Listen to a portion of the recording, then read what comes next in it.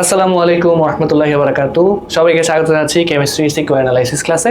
আজকে আমরা অধ্যায় 8, যেটা নাম হচ্ছে রসায়ন ও শক্তি, এইটার সিকিউ অ্যানালাইসিস করব। মানে কি কি ধরনের সিকিউ এখান থেকে আসতে পারে, কি কি টাইপের সিকিউ তোমাকে এখানে পড়তে হবে, তার কয়েকটা নমুনা আমি নিয়ে আসছি। এবং তোমরা জানো যে এই সিকিউ অ্যানালাইসিস ক্লাসে আমি যেটা করি সেটা হচ্ছে সিকিউতে যাওয়ার আগে প্রত্যেকটা চ্যাপ্টারের থিওরিটিক্যাল পড়াশোনা তো সবসময় হয়ে যায়, তো প্রত্যেকটা চ্যাপ্টারের কোন কোন টপিকগুলো তোমার সিকিউর জন্য বেশি মনোযোগ দিতে হবে সেগুলো আবার আমি একটু ঝালাই করে নেই এবং চেষ্টা করতেছি প্রত্যেকটা ভিডিওতে চ্যাপ্টারগুলোর একটা সার সংক্ষেপ করে দেওয়ার জন্য।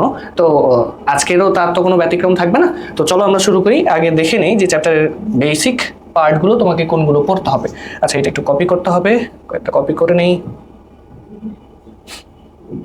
আচ্ছা, তাহলে এখন আসো যে প্রথম টপিক তোমাকে যেখানে এই চ্যাপ্টারের এটা দেখতে হবে সেটা হচ্ছে যে তুমি জানো যে এখানে ডেলিচের কিছু হিসাব নিকাশ আছে। তো ডেলিচের যেহেতু কিছু হিসাব নিকাশ আছে, তোমাকে এখানে বন্ধন শক্তির কিছু ডেটা মুখস্থ করা লাগবে ফর এমসিকিউ। এমসিকিউর জন্য এটা মুখস্থ করা লাগবে। কেন?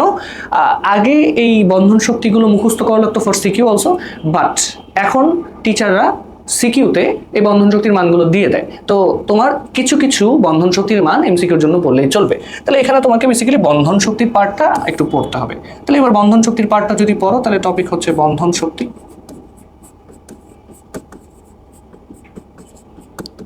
ঠিক আছে, এখন আমরা বন্ধন শক্তি বলতে কি জানি একটু চিন্তা করো তো। আমরা বন্ধন শক্তি সম্পর্কে জানি যে বন্ধন শক্তি হচ্ছে যে কোনো একটা যৌগে একটা পরমাণু আরেকটা পরমাণুর সাথে যে আকর্ষণ শক্তি দ্বারা যুক্ত থাকে। তাহলে আমি বলতে পারি যে যৌগে পরমাণু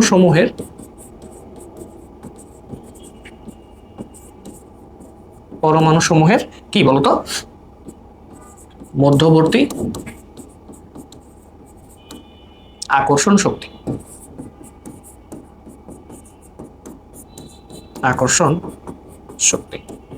এবং এই আকর্ষণ শক্তির কিছু ভ্যালু আছে, তাই না? এই আকর্ষণ শক্তির কিছু ভ্যালু আছে। তাহলে আকর্ষণ শক্তি যেহেতু কিছু ভ্যালু আছে, এই ভ্যালুগুলো মান তোমাদের কিন্তু বই থেকে একটু পড়তে হবে, বুঝছো? তাহলে বই থেকে যদি একটু পড়ে ফেলো তাহলে ব্যাপারটা হয়ে যাচ্ছে। তাহলে আমি বইয়ের একটা এসএস এখানে একটু ইনসার্ট করে দিচ্ছি এবং ইনসার্ট করে তোমরা একটু জাস্ট খেয়াল করে দেখো যেখান থেকে তোমার কি কি জিনিস একটু পড়া লাগবে।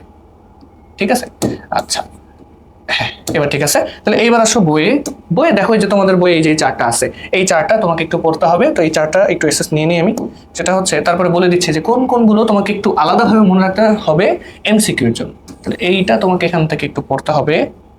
ঠিক আছে, তবে এইটা আমি এখানে অ্যাটাচ করে দিচ্ছি। এটা তোমাকে মুখস্থ করা লাগবে না, বাট কিছু কিছু তোমার মুখস্থ করা লাগবে। সেই কিছু কিছুগুলো আমি রেড কালার দিয়ে মার্ক করে দিচ্ছি। যেমন তোমাকে এই যে সিএইচ বন্ধনটা মনে রাখতে হবে, এটার ভ্যালুটা। সিসিএলটা মনে রাখতে হবে। তারপর হচ্ছে নাইট্রোজেন ট্রিপল বন্ড নাইট্রোজেন, এটা মনে রাখতে হবে। এইচসিএল মনে রাখতে হবে। তারপর হচ্ছে কার্বন ডাবল বন্ড অক্সিজেন, এটা মনে রাখতে হবে। তারপর এখান থেকে ওএইচ, এটা আসে পরীক্ষাতে। তারপরে ও ডাবল বন্ড ও। দেন এখান থেকে তোমাকে পড়তে হবে হচ্ছে সি ট্রিপল বন্ড সি, এইটা। আর টুকটাক এই যে এই সিএল বন্ধন। তো এই কয়েকটা বন্ধন তোমাকে এমসিকিউর জন্য একটু বেশি বেশি করে পড়তে হবে, কারণ এগুলো তোমার এমসিকিউতে ডেটা হিসেবে একদম ডিরেক্টলি বলে দেয় যে নিচের কোনটি ক্লোরিন সিঙ্গেল বন্ড ক্লোরিনের বন্ধন শক্তি কত। তাহলে 4টা অপশন থাকবে, সেই 4টা অপশনের মধ্যে যেটা থাকবে 244, সেটা তোমাকে দাগাইতে হবে। তো এখান থেকে এইটা একটু দেখতে হবে। এরপরে বাদ বাকি যে আন্তঃআণবিক শক্তি আছে এগুলো তেমন কিছু নাই, জাস্ট রিডিং পড়লেই চলবে। এগুলো আহামরি কঠিন কিছু না তোমাদের জন্য। তো এগুলো সিকিউতে অতটা লাগেও না। তো এগুলো বাদে তোমার যেটা আবার লাগবে সেটা হচ্ছে ক্যালোরির হিসাবটা লাগবে। ঠিক আছে, তাহলে ক্যালোরির হিসাবটা কত আমরা কিন্তু জানি। আমরা জানি যে ওয়ান ক্যালোরি সমান সমান 4.18 জুল। আমরা কিন্তু এই হিসাবটা জানি, তাই না? তাহলে এই হিসাবটা তোমাকে মাথায় রাখতে হবে। এই হিসাবটা মাথায় রাখলে তোমার জন্য সোজা হবে যে ক্যালোরি থেকে জুলে যাওয়ার সম্পর্কটা হচ্ছে এইটা। এখন এখানে আবার মাঝে মধ্যে ক্যালোরির মানে 1 ক্যালোরির সংজ্ঞা আসে। 1 ক্যালোরির সংজ্ঞাটা কিন্তু আসে। তাহলে 1 ক্যালোরির সংজ্ঞা কি? 1 ক্যালোরির সংজ্ঞাটা হচ্ছে 1 গ্রাম পানির তাপমাত্রা। ঠিক আছে, 1 গ্রাম পানির তাপমাত্রা 1 ডিগ্রি সেলসিয়াস বাড়াতে, 1 গ্রাম পানির তাপমাত্রা 1 ডিগ্রি সেলসিয়াস বাড়াতে প্রয়োজনীয়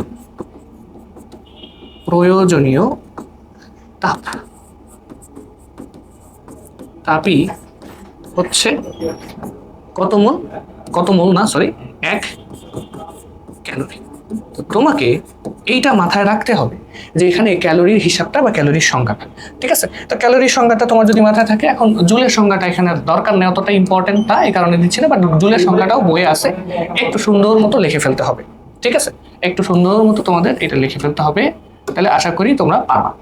আচ্ছা, তার পাশাপাশি এখানে আরেকটা ডেটাও তোমাকে একটু মনে রাখতে হবে, সেটা হচ্ছে মাঝে মধ্যে আসে, মানে অতটা ইম্পর্টেন্ট না, তারপরে একটু বলে দিই। পড়তেছো যখন, তাহলে 1 কিলো ক্যালোরি সমান সমান 1000 ক্যালোরি। তার মানে 1 কিলো ক্যালোরি মানে হচ্ছে 1 কিলো ক্যালোরি মানে হচ্ছে 1000 ক্যালোরি, ঠিক আছে? 1000 ক্যালোরি সমান, তো এটা তোমাকে একটু মনে রাখতে হবে। তারপরে তুমি চিন্তা করে দেখো বইয়ে হচ্ছে আর কি কি আছে। আচ্ছা, তারপরে হচ্ছে ওই যে তাপ উৎপাদী তাপ হারি বিক্রিয়ার কনসেপ্ট আছে, তাহলে এখন তাপ উৎপাদী বিক্রিয়া বা তাপ হারি বিক্রিয়ার কনসেপ্টটা কি কি, সেখানে আমরা ডেলএইচ হিসাব করি, তাই না? তো এখানে ডেলএইচের দুইটা সূত্র আছে, তো ডেলএইচের দুইটা সূত্রগুলো তোমাকে একটু মাথায় রাখতে হবে। যে এখানে ধরো এখানে হচ্ছে একটা ডেলএইচের সূত্র হচ্ছে এমন যে ডেল এইচ সমান সমান E2 মাইনাস E1, ঠিক আছে? E2 মাইনাস E1, তো এটাকে অনেক সময় H2 মাইনাস H1ও বলে, তো যেটা বইয়ে থাকবে সেইটাই লিখবা, সমস্যা নেই। আমি E2 মাইনাস E1টাই রাখতেছি, মনে রেখো যে এটা H2 মাইনাস H1ও হইতে পারে। এই ডেলএইচের এই একটা সূত্র। আর আরেকটা সূত্র কি? আরেকটা সূত্র হচ্ছে ডেলএইচ সমান সমান B1 মাইনাস B2। এটা আমরা ম্যাথ করতে গেলে আমরা ম্যাথে সাধারণত এই সূত্রটা বেশি ইউজ করি, একটু মাথায় রেখো। এই সূত্রটার অ্যাপ্লাই কখন হয়? এই সূত্রটার অ্যাপ্লাই হয় হচ্ছে কি ম্যাথ করার জন্য, আমরা ম্যাথ করার জন্য এই সূত্রটা বেশি অ্যাপ্লাই করি। আর তাহলে এখন বলতে পারো যে এই সূত্রটা কোথায় অ্যাপ্লাই হয় স্যার? এই সূত্রটা অ্যাপ্লাই হয় হচ্ছে বেসিক্যালি তোমার কনসেপ্ট বোঝার জন্য। এটা হচ্ছে কনসেপ্ট এর জন্য বেটার, ঠিক আছে? বাট দুইটা দিয়েই করা যায় না তা না। এখন তোমাকে জানতে হবে যে E2 আর E1টা কি, অথবা B2 বা B1টা কি। এইটুকু তোমাকে একটু জানলে তাহলে তোমার বাকিটুকু ক্লিয়ার হয়ে যাচ্ছে। সেটা হচ্ছে, তাহলে আমি এবার E2-র পরিচয়টা একটু দিই। তাহলে E2 হচ্ছে উৎপাদের অভ্যন্তরীণ শক্তি, উৎপাদের অভ্যন্তরীণ শক্তি। এখন তোমরা যদি না বুঝো অভ্যন্তরীণ শক্তি কি, তাহলে আমি একটু জাস্ট বুঝাই দিচ্ছি। অভ্যন্তরীণ শক্তি হচ্ছে কোনো একটা যৌগের মধ্যে অন্তর্নিহিত যেই মোট শক্তিটা, সেটাই হচ্ছে তার অভ্যন্তরীণ শক্তি। তো এই প্রত্যেকটা যৌগের অভ্যন্তরীণ শক্তি ডিফারেন্ট হয়, তো এই কারণে উৎপাদের অভ্যন্তরীণ শক্তি। আচ্ছা, তাহলে উৎপাদের অভ্যন্তরীণ শক্তি যদি এটা হয়, তাহলে বুঝতেই পারতেছো E1টা কি হবে স্যার? E1টা হবে হচ্ছে বিক্রিয়কের অভ্যন্তরীণ শক্তি, ঠিক আছে? তো এটা আহামরি কঠিন কিছু না, জাস্ট একটু মাথায় রাখতে হবে। এটা কি তোমার পরীক্ষাতে আসবে না, জাস্ট কনসেপ্ট এবং এমসিকিউর জন্য পড়তে হবে, তো এটাই পড়া দিচ্ছি এইটা। আচ্ছা, তাহলে এখান থেকে তোমার এবার B1টা কি, B1টা আর B2টা আমি এখানে আলাদা একটা বক্সে লিখে দিচ্ছি, কারণ এটা যেহেতু ম্যাথে ইউজ হবে, এটা সবচেয়ে বেশি ইম্পর্টেন্ট। সেটা একটু দেখো, সেটা হচ্ছে তোমার যখনই কোয়েশ্চেনে B1 এর কথা চিন্তা করতে হবে, B1 সবসময় মনে রাখবা, B1 হচ্ছে বন্ধন ভাঙতে প্রয়োজনীয় শক্তি, বন্ধন ভাঙতে প্রয়োজনীয় শক্তি, হ্যাঁ এইটা। আচ্ছা, তারপরে B2টা কি? B2টা হচ্ছে বন্ধন গড়তে বা গঠিত হইতে নির্গত শক্তি। তো এগুলো একটু মাথায় রাখবা, ম্যাথ করার সময় ব্যাপারটা ক্লিয়ার হবে। এখন আমরা তারপর একটু তোমাকে আইডিয়া দিই যে আমরা জানি যে কোনো একটা রাসায়নিক বিক্রিয়াতে যখন বিক্রিয়া ঘটে তখন পুরাতন বন্ধন ভাঙে, নতুন বন্ধন গঠিত হয়। তাহলে এই যে পুরাতন বন্ধন ভাঙতেছে বা যেই বন্ধন ভাঙতেছে, সেই বন্ধন ভাঙতে একটা শক্তির প্রয়োজন, সেখানে আমরা সেটা হিসাব করবো B1 হিসেবে।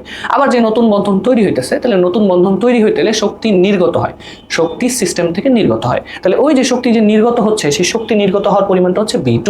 দেন আমরা B1 মাইনাস B2 করলে আমাদের ম্যাথে ডেলএইচের ভ্যালুটা ইজিলি বের করে ফেলা যাবে। আচ্ছা, এরপরে ছোট্ট করে এখানে তোমাকে আরেকটা ডেটা একটু মাথায় দিয়ে দিই, বাট এটা আই হোপ যে তোমরা জানো যে ডেলএইচ এর ভ্যালু যদি তোমার হয় নেগেটিভ, হ্যাঁ, ডেলএইচ এর ভ্যালু যদি হয় নেগেটিভ আর যদি ডেলএইচ এর ভ্যালু হয় পজিটিভ, তাহলে কিন্তু দুইটা টার্ম তোমাকে বুঝতে হবে যে ডেলএইচ এর ভ্যালু যদি পজিটিভ হয় তাহলে সেটা তাপহারী বা এন্ডোথার্মিক রিঅ্যাকশন, এটা তাপহারী বিক্রিয়ার এক্সাম্পল। আর ডেলএইচ এর ভ্যালু যদি নেগেটিভ হয় তাহলে এটা কিন্তু তাপ উৎপাদী বিক্রিয়ার এক্সাম্পল, ঠিক আছে? তো এটা একটু তোমাকে মাথায় রাখতে হবে, কারণ এগুলো যদি ভুলে যাও তাহলে কিন্তু তোমার একদম চ্যাপ্টারের কোর কনসেপ্টেই সমস্যা। তাহলে এই দুইটা পয়েন্ট তোমাকে মাথায় রাখতে হবে যে কোথাও যদি ডেলএইচ এর ভ্যালু নেগেটিভ আসে কোনো বিক্রিয়াতে তাহলে সেটা তাপ উৎপাদী, কোনো বিক্রিয়ার ডেলএইচ এর ভ্যালু পজিটিভ আসলে সেটা তাপহারী। এবং ম্যাথেও কিন্তু এটা আমাদেরকে প্রুফ করতে হবে যে তোমাকে একটা বিক্রিয়া দিয়ে বন্ধন শক্তি সবকিছু দিয়ে বলবে প্রমাণ করো বিক্রিয়াটি তাপ উৎপাদী নাকি তাপহারী। তাহলে তখন তোমাকে ডেলএইচ এর ভ্যালু ক্যালকুলেট করে তোমাকে বুঝতে হবে যে এখানে ডেলএইচটা কি নেগেটিভ আসে নাকি পজিটিভ আসে। নেগেটিভ আসলে তাপ উৎপাদী, পজিটিভ আসলে তাপহারী, সিম্পল কথা। এবং তার পাশাপাশি এটাও তোমরা জানো আশা করি, তারপরেও আমি নলেজটা দিয়ে রাখতেছি যে তাপ উৎপাদী বিক্রিয়াতে বিক্রিয়া পাত্র বা পাত্রের পরিবেশটা কি হইতেছে, গরম হইতেছে, কারণ ওখানে তাপ উৎপাদন হতেছে, স্বাভাবিক ব্যাপার। আর তাপহারী বিক্রিয়াতে বিক্রিয়ার পরিবেশ বা পাত্রের পরিবেশ কি হয়, ঠান্ডা হয়। তো এটা একটু মাথায় রাখবে, এটা মাঝে মধ্যে এমসিকিউতে আসে। হ্যাঁ, আচ্ছা, তাহলে এই একটা পার্ট, একটা স্লাইড আমরা চ্যাপ্টারের কিছু অংশ কভার করলাম। এরপরে তোমাকে একটু মাথায় রাখতে হবে হচ্ছে যে বইয়ে কিছু মানে বইয়ে তো গ্রাফ নাই, বাট তোমাদের ইয়েতে আবার গ্রাফ আসে, পরীক্ষাতে দেখা যায় কি গ্রাফ আসে। সেটা কিসের গ্রাফ? সেটা হচ্ছে তাপ উৎপাদী আর তাপহারী বিক্রিয়ার গ্রাফ আসে মাঝে মধ্যে। তাহলে তাপ উৎপাদী আর তাপহারী বিক্রিয়ার গ্রাফ, ঠিক আছে? তাহলে এই গ্রাফটা আমি এরকম ভাবে রাখলাম, তাহলে এরকম ভাবে রেখে এটাকেও সাদা করে দিলাম। এখন এখানে আমি এনার্জি লেভেল বুঝাবো, ঠিক আছে? এখানে এই যে তুমি ওয়াই অক্ষ বরাবর, এই যে ওয়াই অক্ষ বরাবর যে ডেটাগুলো রাখতেছো সেই ডেটা দিয়ে আসলে তুমি বুঝাচ্ছ হচ্ছে অভ্যন্তরীণ শক্তি বা এনার্জি লেভেল। হ্যাঁ, তাহলে আমি ই দ্বারা রিপ্রেজেন্ট করতেছি, আমি যেহেতু আগের স্লাইডে পড়াইছি ই কি, তাহলে এখন আর এইটা তোমাকে বুঝাইতে হবে না আশা করি। ই হচ্ছে অভ্যন্তরীণ শক্তি। তাহলে এরকম এখানে দুইটা ডেটা থাকতে পারে। একটা ডেটা হচ্ছে যে এই যে এরকম, মানে চিত্রটা এরকম, জাস্ট এখানে এই ভ্যালুগুলোর মান এক এক রকম হয়, সোজা হয় না কেন? হ্যাঁ, হয়েছে। তাহলে এইটা আর ধরো এইটা, ঠিক আছে? এরকম কিছু ভ্যালু থাকে, ভ্যালু না, এরকম কিছু গ্রাফ দিয়ে দেয়। তাহলে এরকম গ্রাফ দিয়ে এখন ধরো আমি এটাকে কপি করলাম, জাস্ট সিম্পলি আরেকটা কপি করলাম, ঠিক আছে? তাহলে কপি যখন করছি, এবার দেখো, ধরো তোমাকে কোয়েশ্চেনে ধরো আমি বলে দিলাম যে এই যে ভ্যালুটা, এই এনার্জি লেভেলটা হচ্ছে তোমার E2। হ্যাঁ, এটা হচ্ছে, তাহলে E2 মানে কি? উৎপাদের এনার্জি লেভেল, তাই না? আর এইটা হচ্ছে ধরো, এইটা হচ্ছে E1 এর এনার্জি লেভেল, অভ্যন্তরীণ শক্তি। আর এইখানে ধরো এটা বলে দিলাম E1 আর এইটা বলে দিলাম E2। সিম্পল।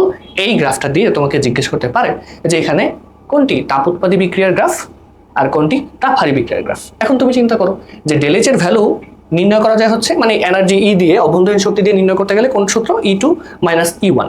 তাহলে আমরা আবার এটাও জানি যে ডেলএইচ এর মান নেগেটিভ আসলে তাপ উৎপাদী। তাহলে তুমি স্বাভাবিকভাবে একটু চিন্তা করো তো যে এই সূত্র অনুসারে ডেলএইচ এর ভ্যালু E2 মাইনাস E1 যদি আমার ডেলএইচ এর সূত্র হয়, তাহলে সেই সূত্র অনুসারে এখানে নেগেটিভ ভ্যালু আসতে হলে অবশ্যই বিক্রিয়কের অভ্যন্তরীণ শক্তি বেশি হতে হবে, তাই না? তাহলে বিক্রিয়কের অভ্যন্তরীণ শক্তি যদি বেশি হয় কার থেকে? উৎপাদের থেকে, তাহলে সেই বিক্রিয়াটা কি?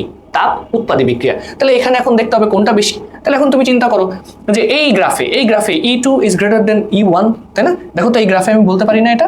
এই গ্রাফে কিন্তু আমি সিম্পলি খুব সুন্দর করে এই কথাটা বলতে পারি যে এই গ্রাফের জন্য E2 এর value is greater than E1, এটা আমি বলতে পারি। আবার এই গ্রাফের জন্য আমার E1 is greater than E2। তো যদি এটা হয় তাহলে ওই যে বললাম ডেলএইচ এর ভ্যালু নেগেটিভ আসবে কখন? সূত্র অনুসারে তো ডেলএইচ এর ভ্যালু E2 মাইনাস E1। তো যখন তুমি ছোট মান থেকে একটা বড় মান বাদ দিবা তখনই তো তোমার ডেলএইচ এর ভ্যালুটা নেগেটিভ আসবে। তাহলে খুব স্বাভাবিকভাবে বুঝতে পারতেছো যে এই যে দ্বিতীয় গ্রাফটা এইটা কিন্তু তোমার এই যে 2 নম্বর গ্রাফ। হ্যাঁ, আর এই এখানে তুমি 1 নম্বর গ্রাফ দেখতেছো, এই 1 নম্বর গ্রাফটা হচ্ছে তোমার তাপহারী বিক্রিয়ার গ্রাফ আর 2 নম্বর গ্রাফটা হচ্ছে তাপ উৎপাদী বিক্রিয়ার গ্রাফ। তাহলে এইখানে এই দুটা গ্রাফ তোমাকে একটু মাথায় রাখতে হবে। তাহলে আমি দুটা গ্রাফকে একটু বক্স করে দিচ্ছি, এই একটা গ্রাফ আর হচ্ছে এই আরেকটা গ্রাফ। হ্যাঁ, তো এই দুইটা গ্রাফ একটু মাথায় রাখবা, মাঝে মধ্যে প্রশ্নে আসে। তাহলে এইটা হচ্ছে তোমার তাপহারী রিঅ্যাকশনের গ্রাফ, এটা হচ্ছে তাপহারী বিক্রিয়া, আশা করি বুঝতে পারছো। আর এইটা হচ্ছে তাপ উৎপাদী বিক্রিয়া।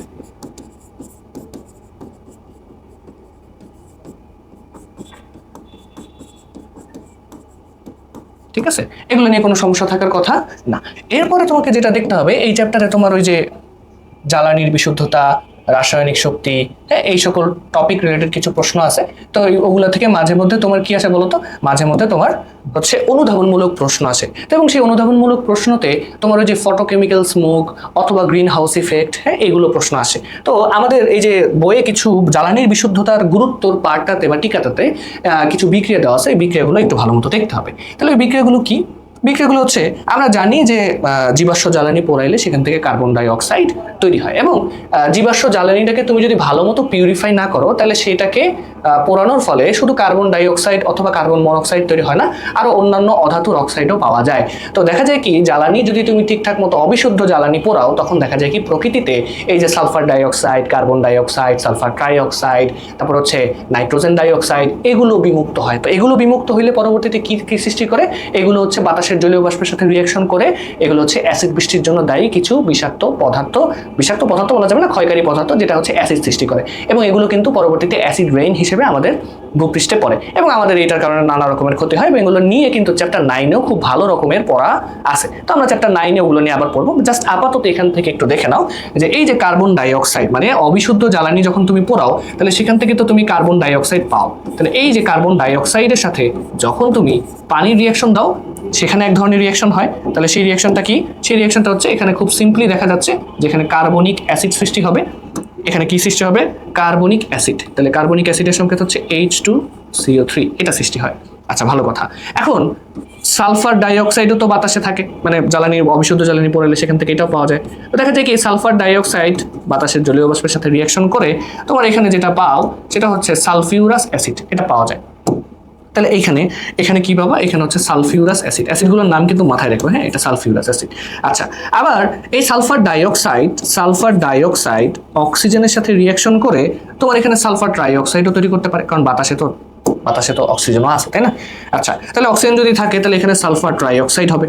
তো সেই সালফার ট্রাইঅক্সাইড কি করতেছে? বিক্রিয়া করতেছে কার সাথে? এই যে বাতাসের জলীয় বাষ্পের সাথে। তো জলীয় বাষ্পের সাথে বিক্রিয়া করে এখন কিন্তু এখানে তৈরি করা হচ্ছে সালফিউরিক অ্যাসিড। কি সৃষ্টি করে? Sulphuric acid. এইটা আবার তুমি চিন্তা করে দেখো, নাইট্রোজেন ডাইঅক্সাইড যেটা আমাদের বাতাসে থাকে সেটার সাথে যখন তুমি পানির রিয়াকশন, এবং অবশ্যই এখানে কিন্তু অক্সিজেন থাকা আবশ্যক, তাহলে এখানে অক্সিজেনের রিয়াকশন দাও, তখন কিন্তু এখানে তুমি যেটা পাও সেটা কি? Nitric acid. সেটা কি পাও? নাইট্রিক অ্যাসিড, তাই না? এখন তোমাদের অনেকের এটাতে সমস্যা হয়, সমতাকরণের সমস্যা হয় যে কিভাবে হইতেছে। তো এই বিক্রিয়াটাকে আমি একটু ডিকোড করে দেখাই। আসলে বেসিক্যালি যেটা হয়, বিক্রিয়াটা দুইটা ধাপে হয়। ফার্স্ট অফ অল নাইট্রোজেন ডাইঅক্সাইডটা অক্সিজেনের সাথে রিয়াকশন করে। তাহলে এই যে নাইট্রোজেন ডাইঅক্সাইড আগে অক্সিজেনের সাথে রিয়াকশন করে তোমার যেটা তৈরি করে সেটা হচ্ছে এখানে N2O5 গঠন করে। তাহলে এই যে এখানে নাইট্রোজেন পেন্টা অক্সাইড গঠন করে N2O5। এখন সমতাকরণ করার জন্য কি করতে হয়? সমতাকরণ করার জন্য চিন্তা করে দেখো, নাইট্রোজেন, হ্যাঁ, তো সমতাকরণ করার জন্য এখানে একটা 2 লাগে, এটা 2, ঠিক আছে, এটা 2 হইলে আর এখানে 4 দেওয়া লাগে, ঠিক আছে, এটা 4 হয়। তাহলে এই রিয়াকশনটা এমন হয়। তো পরবর্তীতে এই 2 অণু N2O5 এরা বাতাসের জলীয় বাষ্পের সাথে বিক্রিয়া করে। তাহলে এরা যখন বাতাসের জলীয় বাষ্পের সাথে বিক্রিয়া করে তখন এখানে যেটা পাওয়া যায় সেটা হচ্ছে নাইট্রিক অ্যাসিড, বুঝছো? তখন এখানে তুমি নাইট্রিক অ্যাসিড পাও আর কি, তখন তুমি এখানে নাইট্রিক অ্যাসিড পাও। এখন নাইট্রিক অ্যাসিড এখানে আছে কয়টা? নাইট্রোজেন আছে 4টা। তো এখানে যদি 4 থাকে তাহলে এখানে একটা 4 দিতে হবে, তাই না? তো এখানে 4 দিলে আবার দেখো অক্সিজেন তো 5, তাহলে এখানে বোধহয় একটা 2 আসে, তাই না? এই যে এখানে একটা 2 আসার কথা, এখানে একটা 2 হলে মনে হয় সবকিছু ঠিক হয়ে যায়। হাইড্রোজেন 4টা হয়ে গেছে, হ্যাঁ। এই যে তো এই বিক্রিয়াটা 2টা ধাপে ঘটে, হ্যাঁ। তো এই বিক্রিয়াটা তোমাকে একটু মাথায় রাখতে হবে, এটা একটু মাথায় রেখো যে এই বিক্রিয়াটা আসলে এই যে 2টা ধাপে ঘটে। এটাকে এইখানে রাখি এবং এইটাকে বক্স করে দিয়ে এটাকেও বক্স করে দিই, এইটাকেও বক্স করে দিই, বক্স করে সুন্দর মতো এইটাকে এরকম ভাবে দেখাই দিই। এইটা আসলে এইভাবে হচ্ছে, হ্যাঁ, এই রিয়াকশনটা এইভাবে হচ্ছে। এটা মনে রাখতে পারো, না মনে রাখতে পারলেও সমস্যা নেই। তাহলে এই যে কন্ডিশনগুলো দেখতেছো, এটাকে উপরে উঠে দিলে তো মনে সহজ হয়ে যায়, তাহলে এত কষ্ট হয় না। এই যেটাকে উপরে উঠে দিই, হ্যাঁ, এই তো উপরে উঠছে। তাহলে এইবার এইটাকে, ও বাবা, এবার আসবে মনে হয়, হ্যাঁ। তাহলে এই যে এটাকে এরকম ভাবে রেখে দিচ্ছি, এই হচ্ছে ব্যাপার। তো তোমাকে এগুলো ভালো মতো পড়তে হবে। তারপরে তোমাকে এখন দেখতে হবে যে এরপরে কিন্তু তোমাকে দেখতে হবে কি? তোমাকে দেখতে হবে হচ্ছে তড়িৎ বিশ্লেষ্য রিলেটেড পড়াশোনা। মানে আস্তে আস্তে কিন্তু আমরা তড়িৎ বিশ্লেষণ, তারপর হচ্ছে গ্যালভানিক সেল, এগুলোর প্রত্যেকটা টুকটাক একদম মিনিমাম বেসিক যতটুকু দরকার ততটুকু দিয়ে তারপর কিন্তু শুরু করবো। তাহলে আসো আমরা দেখি পরের পার্টটা। তাহলে এবার আমাদেরকে যেটা দেখতে হবে সেটা হচ্ছে তড়িৎ বিশ্লেষ্য কোষ, ঠিক আছে? তাহলে টপিকটা কি? টপিকটা হচ্ছে তড়িৎ বিশ্লেষ্য কোষ। তড়িৎ আচ্ছা, তড়িৎ রাসায়নিক কোষ এইটা লিখি, তোমাদের বই তো এভাবে লেখা আছে, তড়িৎ রাসায়নিক কোষ, তড়িৎ রাসায়নিক কোষ। হ্যাঁ, এবং এই তড়িৎ রাসায়নিক কোষ কত প্রকার? তড়িৎ রাসায়নিক কোষ হচ্ছে দুই প্রকার, আমরা জানি কিন্তু তড়িৎ রাসায়নিক কোষ দুই প্রকার। তড়িৎ রাসায়নিক কোষ দুই প্রকার কি কি? একটা হচ্ছে তড়িৎ বিশ্লেষ্য কোষ, একটা হচ্ছে তড়িৎ বিশ্লেষ্য কোষ। হ্যাঁ, এটা হচ্ছে একটা। আরেকটা কি? আরেকটা হচ্ছে গ্যালভানিক কোষ। আরেকটা কি? গ্যালভানিক কোষ। তো দেখো এমন ভাবে পড়াই দিচ্ছি, তোমার যদি থিওরি নাও পড়া থাকে তুমি পারবা। দুইটা কোষ, এখন এই দুইটা কোষের পারপাস কিন্তু ডিফারেন্ট, দুইটা কোষের পারপাস কিন্তু ডিফারেন্ট। তো দুইটা কোষের পারপাস কি আসে একটু দেখি। এই যে তড়িৎ রাসায়নিক কোষ যেটা দেখতেছো, তড়িৎ রাসায়নিক কোষের মধ্যে প্রথম টাইপটা যেটা, সেটা কি? তড়িৎ বিশ্লেষ্য কোষ, তাই না? এই তড়িৎ বিশ্লেষ্য কোষ, এটাতে কি করা হয়? এটাতে কিন্তু বেসিক্যালি তোমার এটাতে হচ্ছে বিদ্যুৎ শক্তি ব্যবহার করে, বিদ্যুৎ শক্তি ব্যবহার করে,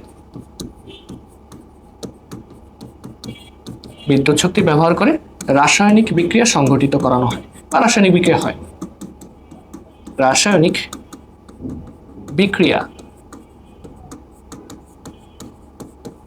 সংঘটিত করানো হয়। ঠিক আছে? আচ্ছা, গ্যালভানিক কোষে কি? গ্যালভানিক কোষে কিন্তু উল্টা, সেটা কি? রাসায়নিক বিক্রিয়ার মাধ্যমে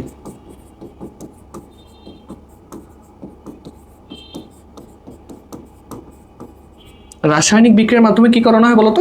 রাসায়নিক বিক্রিয়ার মাধ্যমে এখানে তুমি বিদ্যুৎ শক্তি উৎপাদন করবা।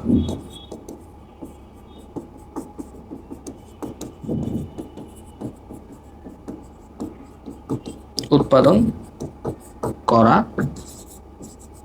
হয়, এটার হচ্ছে পারপাস। এটা আপাতত এইটুকু জানলেই চলবে। এরপরে আসো যে আরো কিছু পয়েন্ট আমরা একটু দেখি, যে এখানে তড়িৎ বিশ্লেষ্যের কথা বলা আছে, এবং তড়িৎ বিশ্লেষ্য হচ্ছে দুই প্রকার, একটা হচ্ছে সবল তড়িৎ বিশ্লেষ্য, একটা হচ্ছে দুর্বল তড়িৎ বিশ্লেষ্য। তো সেগুলো আমাদেরকে একটু পড়তে হবে, যে তড়িৎ বিশ্লেষ্য হচ্ছে দুই প্রকার। তড়িৎ বিশ্লেষ্য, তড়িৎ তড়িৎ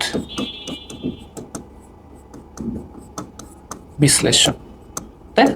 তাহলে এখন তড়িৎ বিশ্লেষ্য কি? তড়িৎ বিশ্লেষ্যের দুইটা টাইপ হয়, একটা টাইপ হচ্ছে দুর্বল আর একটা হচ্ছে সবল। তাহলে সবল তড়িৎ বিশ্লেষ্য,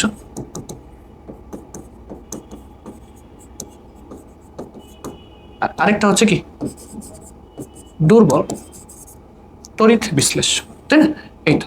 এবং এখানে সবচেয়ে ইম্পর্টেন্ট ফ্যাক্ট হচ্ছে যে দুইটার এক্সাম্পলগুলো একটু মাথায় রাখতে হবে, দুইটার এক্সাম্পলগুলো একটু মাথায় রাখতে হবে। যেমন কি বলতে চাইলাম হচ্ছে যে এই তড়িৎ বিশ্লেষ্য কি? তড়িৎ বিশ্লেষ্য বেসিক্যালি তড়িৎ বিশ্লেষণে ব্যবহার করা হয়, একটু পরে আমরা তড়িৎ বিশ্লেষণ দেখব। তো এই সবল তড়িৎ বিশ্লেষ্য যারা আছে, এই সবল তড়িৎ বিশ্লেষ্য যারা আছে স্যার, এরা হচ্ছে সাধারণত সকল আয়নিক যৌগ, এরা হচ্ছে সকল, বা এরকম ভাবে বলা যায় আয়নিক লবণ, সকল আয়নিক লবণ। এবং তার পাশাপাশি যে আছে সেটা হচ্ছে সবল অ্যাসিড এবং ক্ষার, এগুলোকে আমরা বেসিক্যালি ইউজ করি এখানে। আচ্ছা, দুর্বল তড়িৎ বিশ্লেষ্য কারা? দুর্বল তড়িৎ বিশ্লেষ্য হচ্ছে যে সাধারণত আমরা কোথায় ব্যবহার করি জানো? সাধারণত এদেরকে আমরা হচ্ছে পোলার সমযোজী যৌগতে ব্যবহার করি, যৌগতে ব্যবহার করি না, পোলার সমযোজী যৌগ, এবং সেটা বিশুদ্ধ পোলার সমযোজী যৌগ হইতে হবে। তার পাশাপাশি দুর্বল অ্যাসিড বা ক্ষার, দুর্বল অ্যাসিড ক্ষার। আচ্ছা, তো এখনই আমরা কিসে ঢুকবো? এখনই আমরা হচ্ছে তড়িৎ বিশ্লেষণে ঢুকবো, গ্যালভানিক কোষে ঢুকবো। তো সেই গ্যালভানিক কোষ বা তড়িৎ বিশ্লেষণে যাওয়ার আগে যেই ইম্পর্টেন্ট টপিকটা, যেটা তোমার প্রত্যেকটা জায়গায় এখন লাগবে একটু পরে, সেটা হচ্ছে তোমার এই যেটা তড়িৎ তার, বা ইংলিশে এটাকে বলে কি? ইলেকট্রোড বা ধাতব পাত। এটা সাধারণত ধাতুর তৈরি হয়, এবং এই তড়িৎদ্বার কিন্তু দুই প্রকার, একটা হচ্ছে অ্যানোড, আর আরেকটা কি? আরেকটা হচ্ছে ক্যাথোড। স্যার এগুলো অ্যাটলিস্ট আর যে যা কিছু পড়েছি তার মধ্যে এটা সবচেয়ে বেশি গুরুত্বপূর্ণ। এই অ্যানোড এর কথাই যখন তোমাকে বলবে আর এই ক্যাথোডের কথাই যখন তোমাকে বলবে, সবার ফার্স্টে তোমার মাথায় আগে আসা লাগবে যে অ্যানোড আর কিছু হোক, মানে অ্যানোড ধাতব তড়িৎদ্বার অথবা ক্যাথোড তড়িৎদ্বারে যেটা হয়, অ্যানোডে সবসময় স্যার জারণ হয়। অ্যানোডে কি হয়? অ্যানোডের জারণ ঘটে। অ্যানোডে জারণ ঘটে। আর ক্যাথোডে কি ঘটে? ক্যাথোডে ঘটে বিজারণ। ক্যাথোডে কি ঘটে? ক্যাথোডে ঘটে বিজারণ। ঠিক আছে, অ্যানোডে জারণ ঘটে, ক্যাথোডে ঘটে বিজারণ। আর আমরা চ্যাপ্টার 7-এ শিখে আসছি যে কি বলতো, জারণ মানে ইলেকট্রন ছাড়ন, বিজারণ মানে ইলেকট্রন গ্রহণ। ঠিক আছে, এই কনসেপ্টটা তোমাকে একটু মাথায় রাখতে হবে। এইবার আসো আমরা বেসিক্যালি আমাদের হচ্ছে এই চ্যাপ্টারের লাস্ট পার্ট, যেটা আরেকটা ছোট্ট পোর্শন বাকি আছে, যেটা এখানে দেখাই দিই নাকি, হ্যাঁ তো সাইডে জায়গা আছে, সেটা হচ্ছে ওই যে নিউক্লিয়ার বিক্রিয়ার পোর্শনটুকু। নিউক্লিয়ার বিক্রিয়া, যে নিউক্লিয়ার বিক্রিয়া মানে কি? নিউক্লিয়াস ভাঙা অথবা গড়ার বিক্রিয়া, তাই না? নিউক্লিয়ার বিক্রিয়া। তাহলে নিউক্লিয়ার বিক্রিয়া কত প্রকার? এখন তুমি চিন্তা করে বলো, নিউক্লিয়ার বিক্রিয়া হচ্ছে সাধারণত দুই প্রকার, একটা হচ্ছে ফিশন, একটা কি ফিউশন। তাহলে একটা হচ্ছে ফিশন, একটা হচ্ছে ফিশন, আর আরেকটা হচ্ছে ফিউশন। আচ্ছা, বইয়ে দেখবা, বইয়ে ফিশন আর ফিউশন বিক্রিয়ার দুইটা বিক্রিয়ার উদাহরণ দেওয়া আছে, ওই দুইটা বিক্রিয়া পড়লেই চলবে, ওই দুইটা বিক্রিয়াই আসবে। ঠিক আছে, সিম্পলি ওই দুইটা বিক্রিয়া আসবে। এখন ফিশন মানে কি? ফিশন মানে হচ্ছে একটা বড় নিউক্লিয়াসকে ভেঙে ছোট ছোট নিউক্লিয়াসে পরিণত করার বিক্রিয়া। আর ফিউশন কি? ফিউশন হচ্ছে ছোট ছোট নিউক্লিয়াস একত্রিত করে একটা বড় নিউক্লিয়াসে গঠন করা। এটাই হচ্ছে নিউক্লিয়ার বিক্রিয়ার মাঝখানে এক্সাম্পল। তো এখানে ফিশন আর ফিউশন এইটা একদম জাস্ট একটু রিডিং পড়বা, বিশেষ করে এক্সাম্পলগুলো, বইয়ে যে এক্সাম্পলগুলো আছে এই এক্সাম্পলগুলো পড়বা, কারণ বইয়ের এক্সাম্পল ডিরেক্ট তুলে দিয়ে বলবে এটা কোন বিক্রিয়ার এক্সাম্পল, তখন যেন আর কি পারো। ঠিক আছে, তো এখানে আমি আর এইটা নিয়ে কথা বাড়াচ্ছি, এটা খুব সহজ বিক্রিয়া, মানে সহজ বিক্রিয়া বলতে সহজ পড়া, জাস্ট একটু রিডিং পড়লে এখানে তোমার ক্লিয়ার হয়ে যাবে। আচ্ছা, এরপরে আর কিছু লাগতেছে না আমার সারসংক্ষেপ, বাকি সারসংক্ষেপ তো আসলে বেসিক্যালি তোমার কি বলে এটা, তড়িৎ বিশ্লেষণ। হ্যাঁ, তো এখন এই যে দেখো, এই তড়িৎ বিশ্লেষণে কি ঘটানো হয় সেটা যদি একটু দেখো। এখন তড়িৎ বিশ্লেষণে কি ঘটানো হয়? তড়িৎ বিশ্লেষণে যেটা ঘটানো হয় সেটার জন্য আমাকে আগে কি করা লাগবে? আমাকে আগে হচ্ছে কিছু টুল নেওয়া লাগবে, কেমিস্ট্রি বিকার নেওয়া লাগবে, বিকার, বড় বিকার নিব। তাহলে বড় বিকার যদি নেই তাহলে এইটাই নিই, হ্যাঁ এই যেটা, হ্যাঁ হয়েছে, এই তো। তাহলে ধরো এরকম একটা বড় বিকার থাকে, এটা একটা বড় বিকার। তো এই বড় বিকারে আমরা তড়িৎ বিশ্লেষণ, এই যে দ্রবণ যেটা দেখতেছি এটা হচ্ছে কিছুর দ্রবণ। এখন দ্রবণ বলতে এখানে তড়িৎ বিশ্লেষ্য রাখা হয়, হোয়াট এভার ইট ইজ, যাই হোক। এখন তারপরে এটার মধ্যে কি করা হয় জানো? এটার মধ্যে কিছু একটা করা হয়, সেটা হচ্ছে এটার মধ্যে ধাতব পাত বসানো হয়। তো এটার মধ্যে যদি ধাতব পাত বসাও, কিছু তড়িৎদ্বার দিব। তাহলে ধাতব তড়িৎদ্বার বলতে এখানে যেটা বোঝাচ্ছে, এই হচ্ছে ধাতব তড়িৎদ্বার। ধাতব তড়িৎদ্বারটাকে আমি থিকনেস দিয়ে এটা কি করে দেওয়া যায়, কোন কালার দেওয়া যায় দিলে বেটার হয়? ধরো এই যে এই ধাতুর তড়িৎদ্বার এখানে আমি ব্যবহার করছি, হ্যাঁ, আর হচ্ছে কালার, সরি কালারটা এটা, হ্যাঁ। তাহলে এইটা হচ্ছে দুইটা ধাতব তড়িৎদ্বার। এখন খেয়াল করো, তাহলে এই যে তড়িৎদ্বার যেটা দেখতেছো, এরকম দুইটা ধাতব তড়িৎদ্বার থাকে, একটা অ্যানোড আর একটা কি ক্যাথোড। তাহলে অ্যানোড ক্যাথোড পাবা তুমি। এখন এই অ্যানোড ক্যাথোডের মধ্যে কি আছে বলো তো? এই অ্যানোড ক্যাথোডের মধ্যে তো এটাকে মনে একটু চিকন করা যায়, করা যাবে না? আচ্ছা থাক। তাহলে এবার দেখো, আচ্ছা তাহলে এখন তোমাকে যেটা করতে হবে, যেহেতু তড়িৎ বিশ্লেষণ করতেছি, তড়িৎ বিশ্লেষণে তোমাকে এখানে ব্যাটারি কানেক্ট করতে হবে। তাহলে বুঝো, তাহলে এখানে আমি ব্যাটারি কানেক্ট করবো। তাহলে ব্যাটারি যদি কানেক্ট করি, তাহলে দেখো ব্যাটারিটা কানেক্ট এই যেভাবে করে দিচ্ছি, এই যে ব্যাটারি কানেক্ট করে দিলাম, এই যে ব্যাটারি কানেক্ট করে, ঠিক আছে। এখন তোমরা ফিজিক্সে অবশ্যই পড়ার কথা, ব্যাটারির এই যে বড় প্রান্তটা হচ্ছে পজিটিভ, হ্যাঁ। তাহলে এই যে বড় প্রান্তটা কি? বড় প্রান্তটা অলওয়েজ পজিটিভ, ছোট প্রান্তটা কি? Always negative. বড় প্রান্তটা পজিটিভ, ছোট প্রান্তটা নেগেটিভ। ওকে, ভালো কথা। তাহলে পজিটিভ নেগেটিভ যেহেতু বুঝছি, এখন আর কোনো প্যারাই নাই। কারণ দেখো, এই যে তড়িৎ বিশ্লেষণে খুব মনোযোগ দিও। এখন এখানে কয়েকটা লেখা লিখতেছি, লেখাগুলো ভালো মতো পড়তে হবে। যে যখনই তোমাকে তড়িৎ বিশ্লেষণের কথা বলবে, ঠিক আছে, আচ্ছা এটা তো এখান থেকে সরবে না, আচ্ছা থাক, মাঝখানে থাক। তাহলে যখনই তোমাকে তড়িৎ বিশ্লেষণের কথা বলবে, এখানে অ্যানোড ক্যাথোডকে ফাইন্ড আউট করতে হবে। তারপরে এই রাশির দিকে আসতেছে, এই সারির দিকে আসতেছে। তাহলে অ্যানোড ক্যাথোড, তাহলে এইখানে অ্যানোড থাকবে, অ্যানোড থাকবে, এইখানেও কি থাকবে? এখানে হচ্ছে ক্যাথোড থাকবে, ঠিক আছে। তো অ্যানোড থাকবে আর ক্যাথোড থাকবে, ভালো কথা। এখন অ্যানোড চিনবো কিভাবে আর ক্যাথোডটাই চিনবো কিভাবে, সেটা হচ্ছে প্রশ্ন। যেখানে তো দুইটা ধাতব পাত, দুইটা পাত ইউজ করছি, কোনটা অ্যানোড কোনটা ক্যাথোড, সেটা বোঝার সবচেয়ে সহজ উপায় হচ্ছে তুমি জাস্ট তাকাবা ব্যাটারির পজিটিভ প্রান্তের সাথে যেটা কানেক্টেড। তাহলে ব্যাটারির পজিটিভ প্রান্তের সাথে যেটা কানেক্টেড থাকে সেইটাকে আমরা কি বলি? তড়িৎ বিশ্লেষণে অ্যানোড বলি, হ্যাঁ। তাহলে এটা একটু মাথায় রেখো, এটা কি? সেটা হচ্ছে ব্যাটারির ধনাত্মক প্রান্তের সাথে যুক্ত তড়িৎদ্বার। ঠিক আছে, এটা হচ্ছে কি, এটা হচ্ছে অ্যানোড হিসেবে কাজ করে। আচ্ছা ভালো কথা, same goes for cathode. Just এই ধনাত্মকের জায়গায় তোমাকে এবার দেখতে হবে কি ঋণাত্মক। হ্যাঁ, ধনাত্মকের জায়গায় দেখতে হবে ঋণাত্মক। তাহলে এইখানে এই যেটাকে উঠাই দিয়ে জাস্ট এইখানে ঋণাত্মক লাগাই দিলাম। তাহলে ঋণাত্মক প্রান্তের সাথে যেটা কানেক্ট থাকবে সেটাকে আমরা ক্যাথোড তড়িৎদ্বার বলবো। তো এইটা যদি ভুলো, এই যে এই দুইটা পোর্শন যদি তুমি ভুলে যাও, তাহলে এই দুইটা পোর্শন ভুলে গেলে কিন্তু তোমার এখানে সবকিছু ভুল হবে। তাহলে তুমি দেখে বুঝতে পারতেছো যে এইটা কি, তাহলে হ্যাঁ এটা কি, এটা হচ্ছে অ্যানোড। এই যে এইটা হচ্ছে, এই যে এইটা তুমি এখন বুঝে গেছো যে এইটা কি, এটা হচ্ছে অ্যানোড। ঠিক আছে, তাহলে এইটা হচ্ছে অ্যানোড, তাহলে এইটা আমার অ্যানোড। ওকে, অ্যানোড। তাহলে এইটা কি, এই ধাতব পাতটাকে কি বলবো, এইটাকে বলবো ক্যাথোড। এটা হচ্ছে ক্যাথোড। ঠিক আছে, আশা করি এটাও বুঝছো, এটা ক্যাথোড, কোনো সমস্যা নেই। এখন দেখো আমি যদি ব্যাটারির সাইনটা চেঞ্জ করে দিই তাহলে কিন্তু এটা অ্যানোড হয়ে যায়, এটা ক্যাথোড হয়ে যায়। তো এটা দেখে বুঝতে হবে যে পজিটিভ প্রান্তের সাথে যেইটা কানেক্টেড থাকবে ওইটাই অ্যানোড, নেগেটিভ প্রান্তের সাথে যেটা কানেক্টেড থাকবে ওইটাই কি ক্যাথোড।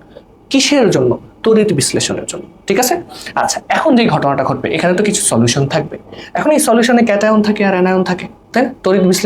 তড়িৎ বিশ্লেষণে যাকে আমরা বিশ্লেষিত করতেছি তার পজিটিভ প্রান্ত অর্থাৎ ক্যাটায়ন কিছু থাকে, তার নেগেটিভ প্রান্ত অর্থাৎ অ্যানায়ন কিছু থাকে। তাহলে সিম্পলি তোমাকে এখন যেটা দেখতে হবে যে এই অ্যানোড ক্যাথোডে কারা যাবে সেটা তোমাকে দেখতে হবে। তো মাথায় রাখবা এই যে ক্যাথোড, যে এখন সেটা যেই ক্যাথোডই হোক, ক্যাথোডে সব সময় ক্যাটায়নরা যায়। ক্যাথোডে ক্যাটায়নরা ধাবিত হয় বা ক্যাটায়ন যায়, এভাবে লিখতেছি। হ্যাঁ, ক্যাথোডে কি যায়, ক্যাটায়ন যায়। ওকে, ভালো কথা। তাহলে অ্যানোডে কারা যাবে, অ্যানোডে যাবে হচ্ছে অ্যানায়ন। অ্যানোডে কারা যাবে, অ্যানোডে যাবে হচ্ছে অ্যানায়ন। ঠিক আছে, অ্যানায়ন। তাহলে এইটাই তোমাকে একটু মাথায় রাখতে হবে যে ক্যাথোডে কারা যাবে আর অ্যানোডে কারা যাবে। আর একটু আগে তো আমরা দেখে আসছি যে অ্যানোডে জারণ হয়, ক্যাথোডে বিজারণ হয়। তাহলে এখন তুমি সিম্পল ভাবে বলো যে এখানে অ্যানোডে অ্যানায়ন যে, এই অ্যানায়নেরই কি হবে, অ্যানায়নেরই জারণ হবে। আর ক্যাথোডে ক্যাটায়ন যে কি করবে, ক্যাথোডে ক্যাটায়নটা যে বিজারিত হবে বা তার ক্যাটায়নের বিজারণ হবে, অর্থাৎ সে ইলেকট্রন গ্রহণ করবে। অর্থাৎ তাহলে আমি বলতে পারতেছি অ্যানোডে অ্যানায়ন ইলেকট্রন ছাড়ে আর ক্যাথোডে ক্যাথোডে ক্যাটায়ন ইলেকট্রন কি করে, গ্রহণ করে। এই হচ্ছে তোমার টপিক এখানে। ঠিক আছে, আচ্ছা ভালো কথা। তাহলে এখন এখানে আবার কিছু কথা আছে, যেমন এই যে সারিটার কথা একটু বলতে হবে যে তোমার কাছে দ্রবণে যদি একটা ক্যাটায়ন থাকে আর একটা অ্যানায়ন থাকে, ঠিক আছে, একটা ক্যাটায়ন আর একটা অ্যানায়ন, তাহলে তো খুব সহজ, সিঙ্গেল ক্যাটায়ন সিঙ্গেল অ্যানায়ন হলে কোনো সমস্যাই নেই, কোনো সমস্যা নেই। কিন্তু যদি তোমার পাত্রের মধ্যে একাধিক ক্যাটায়ন আর অ্যানায়ন থাকে তাহলে তোমাকে আবার কিছু টপিক বা কিছু বিষয় দেখতে হবে, এবং এই জায়গাতেই তোমাদের সবচেয়ে বড় প্যাচটা লাগে। সেটা আমি একটু সহজে তোমাদেরকে বুঝাই দিচ্ছি। সেটা হচ্ছে যদি একাধিক ক্যাটায়ন বা অ্যানায়ন থাকে, একটা ক্যাটায়ন একটা অ্যানায়ন থাকলে তো খুব সিম্পল, ক্যাটায়ন যাবে ক্যাথোডে, অ্যানায়ন যাবে অ্যানোডে। বাট যখনই একাধিক ক্যাটায়ন থাকবে, মানে একের অধিক ডিফারেন্ট ক্যাটায়ন থাকবে, আবার একের অধিক ডিফারেন্ট অ্যানায়ন থাকবে, তখনই তো তোমার এখানে একটা রেস হবে যে কোন ক্যাটায়নটা যাবে কোন অ্যানায়নটা যাবে, সেই বিষয়গুলো তোমাকে দেখতে হবে। তাহলে সেই বিষয়গুলো কি, সেই বিষয়গুলো হচ্ছে সিম্পল, এখানে তোমাকে দেখতে হবে যে কয়েকটা বিষয় দেখতে হবে। প্রথম বিষয় হচ্ছে ওই যে যেটা আমি আগেই স্লাইডে নিয়ে রাখছি, তড়িৎ রাসায়নিক সারি। এই তড়িৎ রাসায়নিক সারিটা তোমাদেরকে বুঝতে হবে। ঠিক আছে, তড়িৎ রাসায়নিক সারি। তারপর তোমাকে দেখতে হবে সেটা হচ্ছে ঘনমাত্রা, যে কার ঘনমাত্রা বেশি কার ঘনমাত্রা কম। তারপরে তোমাকে দেখতে হবে সেটা হচ্ছে তড়িৎ তার, মানে ইলেকট্রনটা কি নিচ্ছ সেটার উপর।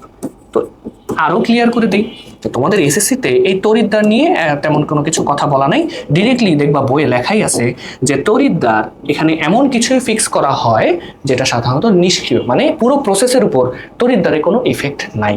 ঠিক আছে, তাহলে এখানে সাধারণত নিষ্ক্রিয় তড়িৎদ্বার ব্যবহার করা হয়। আমি লিখে দিচ্ছি, সাধারণত নিষ্ক্রিয় ধাতুর নিষ্ক্রিয় ধাতুর তড়িৎদ্বার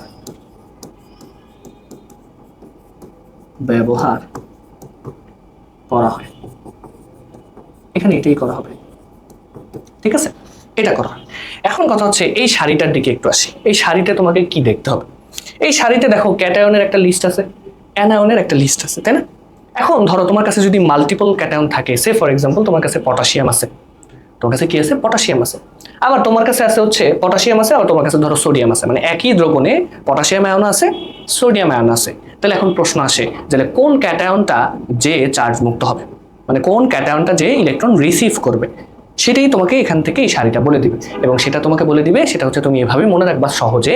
এই যে এখানে যেই সারিটা দেখতে পারতেছো, এখন সেটা ক্যাটায়ন হোক অথবা অ্যানায়ন হোক, তাহলে এই যে ক্যাটায়নের সারিটা তুমি যত উপর থেকে নিচে যাবা, খেয়াল করো হ্যাঁ, যত উপর থেকে নিচে যাবা তত এখানে দেখা যাবে কি সেই ক্যাটায়নটা বা সেই অ্যানায়নটা আসলে আগে চার্জ মুক্ত হয়। এটাই হচ্ছে নিয়ম। তাহলে এইখানে মানে যদিও এখানে অতটা ডিটেল বলা নাই, মানে এখানে তোমাকে তাহলে আবার মানে তোমরা হচ্ছে যদি এইচএসসিতে মানে সামনে এইচএসসিতে যখন পড়বা তখন কেমিস্ট্রি সেকেন্ড পার্টে তড়িৎ রসায়ন এটা পড়ানো হয়। জারণ বিভব বিজারণ বিভব বলে কিছু টার্ম আছে, সেই টার্মের ভিত্তিতে এগুলো সাজানো হয়েছে।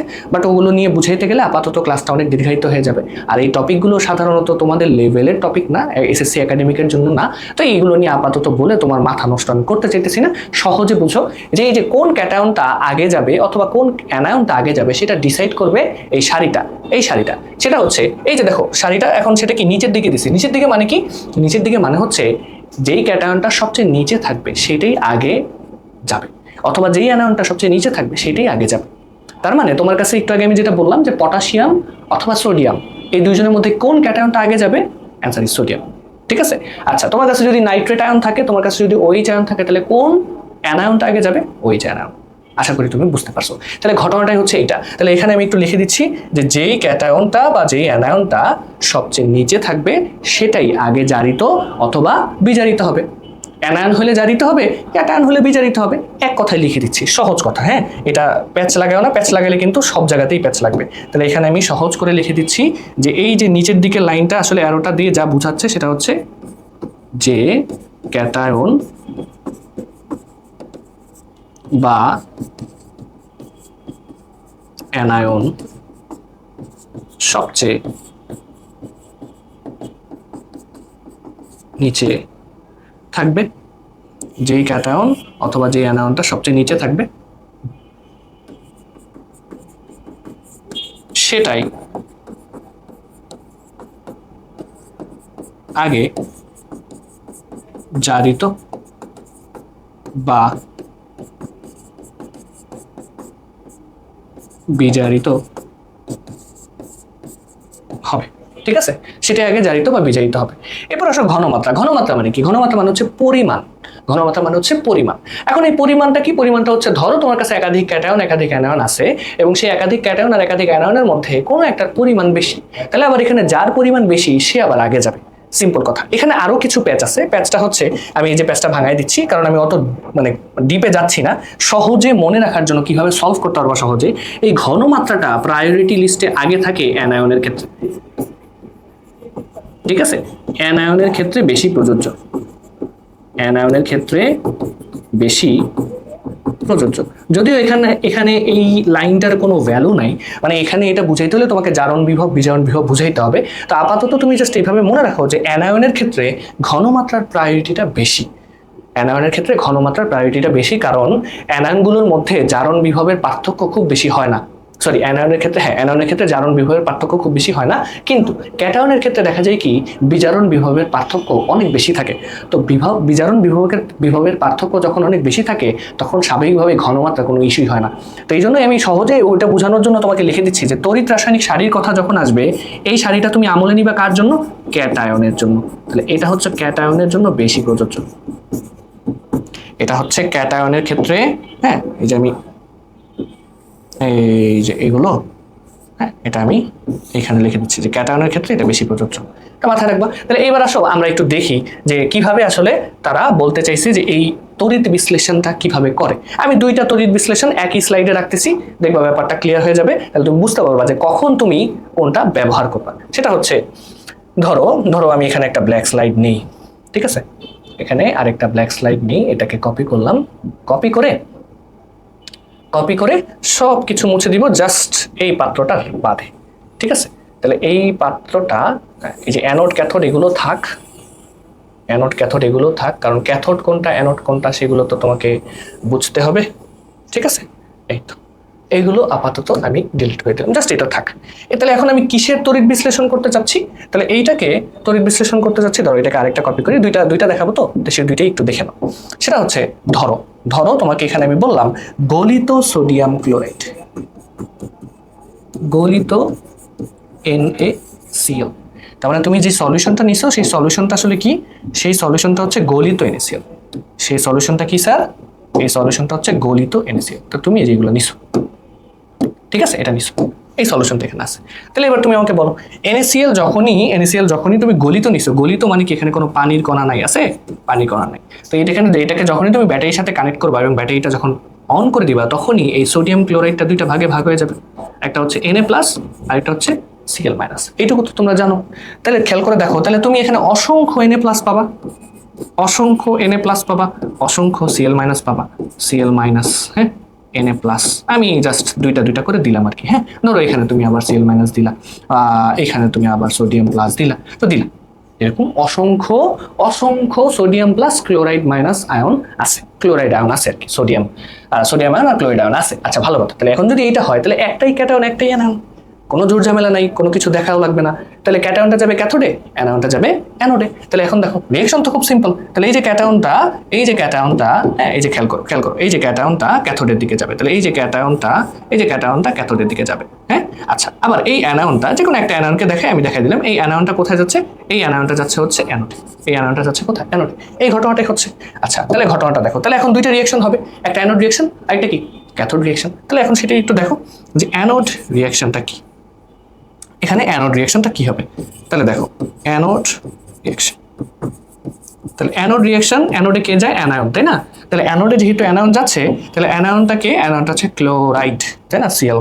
ওকে, তাহলে Cl- যদি হয়, তাহলে Cl- এর কাছে কয়টা ইলেকট্রন বেশি আছে, একটা। তাহলে ক্লোরাইডের কাছে একটা ইলেকট্রন যদি বেশি থাকে, সে একটা ইলেকট্রনই ছাড়বে এবং মুক্ত ক্লোরিনে পরিণত হবে, তারপরে সে একটা ইলেকট্রন ছেড়ে দিবে। এই যে ডান, ঠিক আছে। তাহলে এখন ঘটনা কি ঘটবে, ঘটনা হচ্ছে ক্লোরিন তো এইভাবে মুক্ত অবস্থায় থাকে না, কারণ ক্লোরিন হচ্ছে দ্বিপারমাণবিক গ্যাস। তাহলে এই কারণে তোমাকে দুইটা ক্লোরাইড আয়ন নিতে হবে, নিয়ে এখানে তোমার Cl2 গঠন করবা, তার সাথে তুমি দুইটা ইলেকট্রন যে ত্যাগ হয়েছে সেটা দেখাই দিবা। তাই না, অ্যানোড রিঅ্যাকশন। ক্যাথোড রিঅ্যাকশনটা আমি এখানে দেখাই,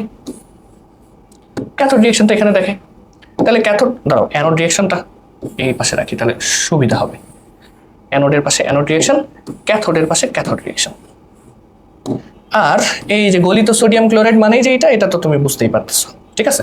তাহলে এই পাশে থাকবে হচ্ছে ক্যাথোড রিঅ্যাকশন। ওকে, তাহলে এটা হচ্ছে ক্যাথোড রিঅ্যাকশন। ওকে, ক্যাথোড রিঅ্যাকশন। তাহলে ক্যাথোড রিঅ্যাকশনে কি হইতেছে, ক্যাথোড রিঅ্যাকশনে সোডিয়াম প্লাস ওই যে দুইটা ইলেকট্রন কি করলো, রিসিভ করতে হবে, এখন তাকে দুইটা ইলেকট্রন রিসিভ করতে হবে। তাহলে এই যে সোডিয়াম প্লাস, ঘাটতি কয়টা, একটা ঘাটতি, কারণ +1 মানে কি, প্রোটন একটা বেশি, তাহলে সে একটা ইলেকট্রনই নিবে।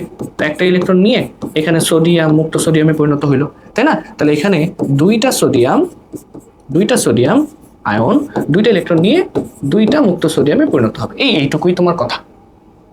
যে কোনো কিছুর গলিত ভার্সনের যদি তড়িৎ বিশ্লেষণ করতে বলে, এর থেকে সহজ কিছু নেই তোমার, দেখবা একদম ফ্রি মার্কস। কেন, একটাই ক্যাটায়ন একটাই অ্যানায়ন। কিন্তু কথা হচ্ছে যখনই তোমাকে বলবে, ধরো তোমাকে বললো যে এবার এটা গলিত সোডিয়াম ক্লোরাইড না, এটা হচ্ছে গাঢ় সোডিয়াম ক্লোরাইড, গাঢ় NaCl দ্রবণ। এটা কি, এটা হচ্ছে গাঢ় NaCl দ্রবণ। ধরো তোমাকে এটা বলে দিল, তো যখন তোমাকে এইটা বলবে তখন তুমি কি করবা? এখন তো তাহলে গাঢ় আর লঘু, মানে গাঢ় বা ঘন, অথবা লঘু বা পাতলা, এই টপিকটা বুঝতে হবে। এখন তুমি নর্মালি একটু চিন্তা করো যে গাঢ় মানে কি, গাঢ় মানে হচ্ছে, বা গাঢ় দ্রবণ বা ঘন দ্রবণ মানে কি।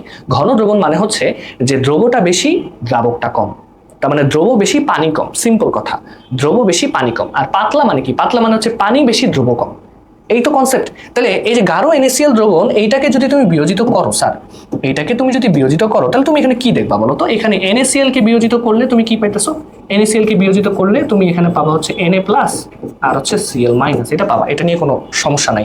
আবার গাঢ় মানে কি, এবার এখানে পানিও আছে, তো পানি তো একটা মৃদু তড়িৎ বিশ্লেষক, পানি যেহেতু মৃদু তড়িৎ বিশ্লেষ্য, তাই জন্য এখানে কিন্তু উভমুখী সাইন দিতে হবে, কারণ এটা পুরোপুরি বিয়োজিত হয় না। তাহলে পুরোপুরি বিয়োজিত যদি না হয়, তাহলে পানি বিয়োজিত হয়ে এখানে তুমি H প্লাস পাবা আর হচ্ছে OH মাইনাস পাবা। এইখানেই হচ্ছে মেইন ফ্যাক্ট, যে এইবার দেখো, এইবার তোমার কাছে কি একাধিক ক্যাটায়ন আর কি একাধিক অ্যানায়ন আসছে। এইবার কিন্তু তোমার একটা ঝামেলা সৃষ্টি হবে, এবার একটা ঝামেলা সৃষ্টি হবে। কেন? এতক্ষণ পর্যন্ত একাধিক ক্যাটায়ন একাধিক অ্যানায়ন ছিল না, একটাই ক্যাটায়ন একটা অ্যানায়ন ছিল। খুব সিম্পলি ক্যাটায়নটা ক্যাথোডে যাচ্ছিল, অ্যানায়নটা অ্যানোডে যাচ্ছিল। বাট এইবার তোমাকে কিন্তু চুজ করতে হবে, চুজ করতে হবে। এখন তুমি চিন্তা করো, যেহেতু বলে দিছে সলিউশনটা কি গাঢ়, সলিউশনটা গাঢ়, তাহলে আমি বলতে পারি না যে এই যে Na প্লাস আর Cl মাইনাস, হ্যাঁ, এই যে Na প্লাস আর Cl মাইনাসের পরিমাণটা পানির H প্লাস আর OH মাইনাসের থেকে বেশি। তাহলে এইটা তোমাকে একটু বুঝতে হবে যে কখন কোনটা বলছে। যেহেতু বলছে গাঢ় NaCl, তার মানে হচ্ছে এই Na প্লাস আর Cl মাইনাসের ঘনমাত্রা কি বেশি, ঘনমাত্রা বেশি। এইটা তোমাকে একটু জাস্ট মাথায় রাখতে হবে। এবার তুমি চিন্তা করো, অ্যানোড রিঅ্যাকশন যেতে হবে, তাই না? তাহলে অ্যানোড রিঅ্যাকশন কারা দেয়?